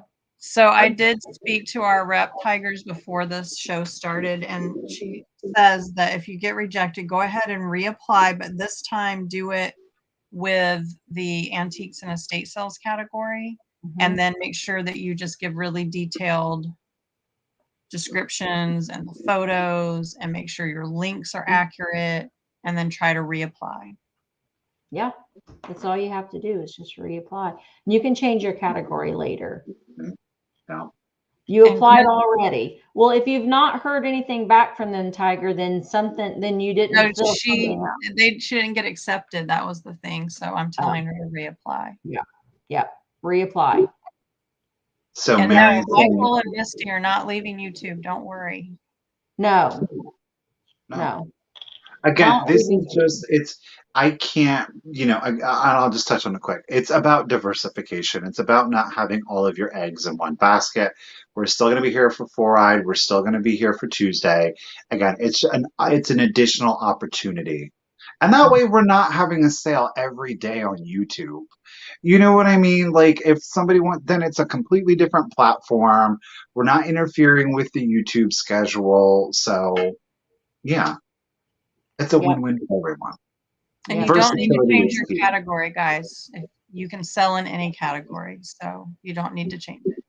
When you make your money in sales, that's right. Multiple streams of income is the key. This is what we do. We sell things for a living. It is our job. I consider myself a reseller first and a content creator second. Yeah. That's who I am. That's what my focus is on. Yeah. There you go. And that's the thing, Jamie. Again, it's, eBay, Etsy, YouTube, Instagram, whatnot is just one more thing. Diversification, right? It's the spice of life, folks. Spice of life.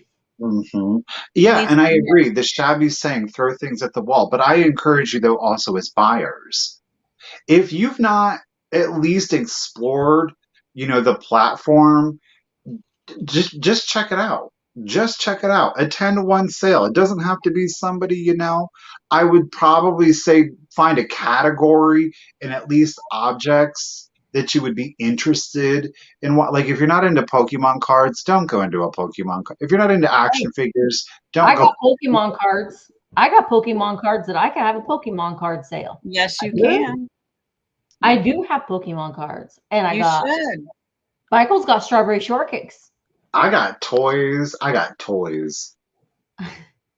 Michael's got what else does Michael got? I'll have strawberry shortcake tomorrow. Missy's got video games. Yeah. Lisa's asking how you bid. So Lisa, you need to first register your payment method. You can do Apple Pay, you can do PayPal, you can add a credit card. Make sure you're registered, and it's a good thing to get verified. So follow that process, because people like me, I'm only working with verified buyers. And then you go in and you click the bid button. That's all you do. And as soon as you win, your payment method is charged and you're done. Why not?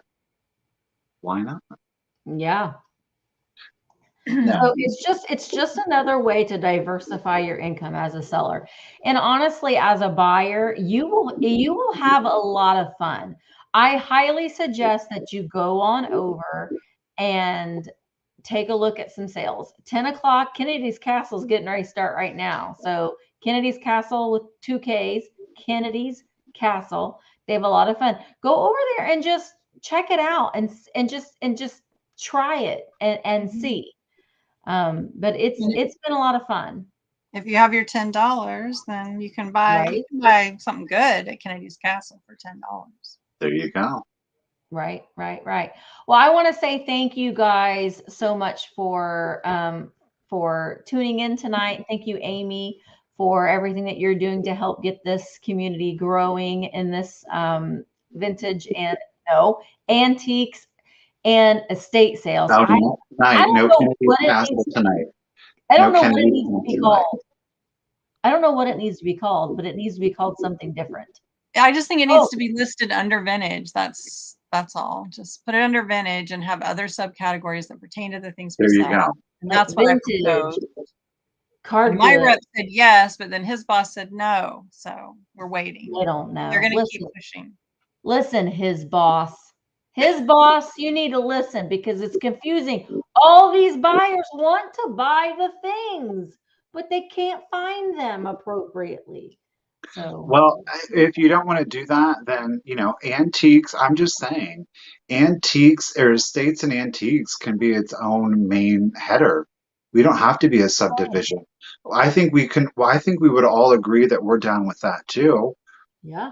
Well, yeah, that they could move it to the main page, but I just feel like still vintage. People go to vintage. They go to, for all of us, they would go to vintage, and then they only see clothes. Yeah. Agreed. So you can watch without registration and payment, but you just can't bid. Yes. I like that, Marianne. Vintiques. Yeah. I like that. Well, thank you, Michael and Misty, for hosting this and thank you giving us this platform to talk about whatnot, and hopefully debunk some of the misinformation that's out there and make people feel more comfortable and inform everybody about all the exciting things that's happening as well.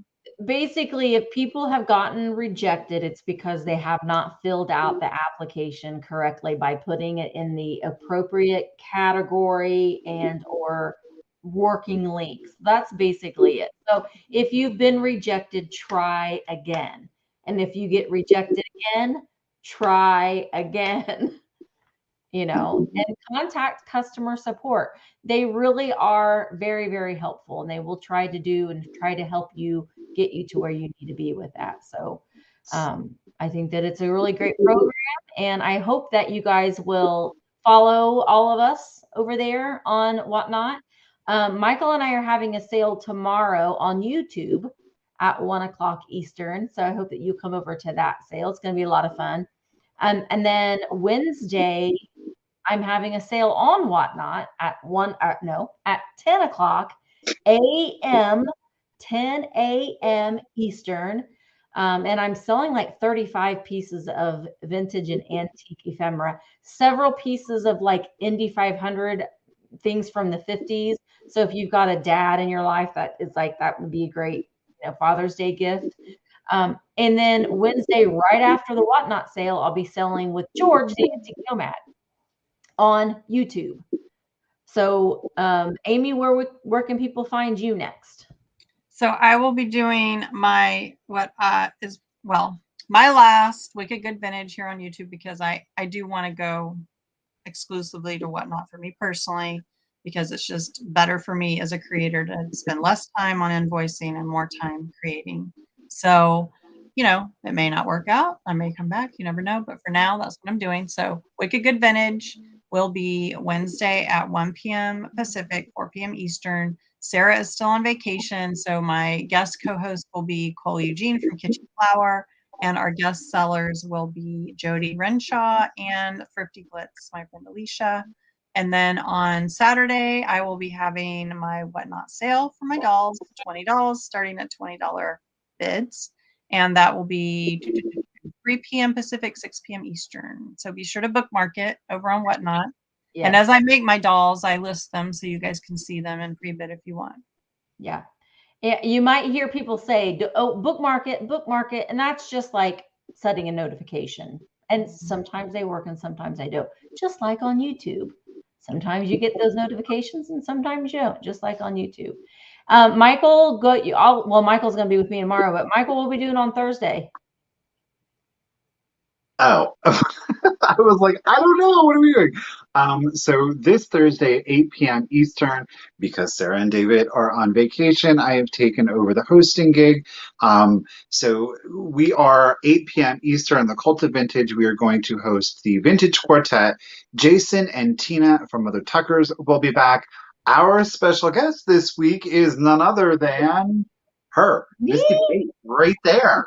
She's going to be with us. And I'm going to be selling a few of these. A few? Just a few. Oh, okay.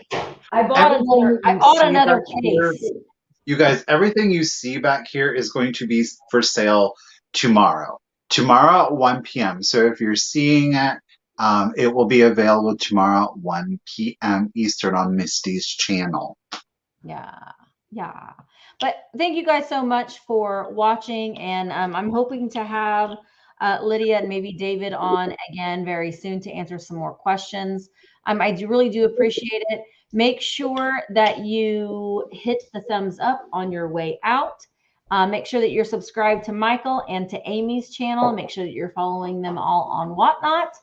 And we will see you. We'll see you in the next one, guys. Thank you so much. Thank you, guys. Bye, guys. Thank you, everyone.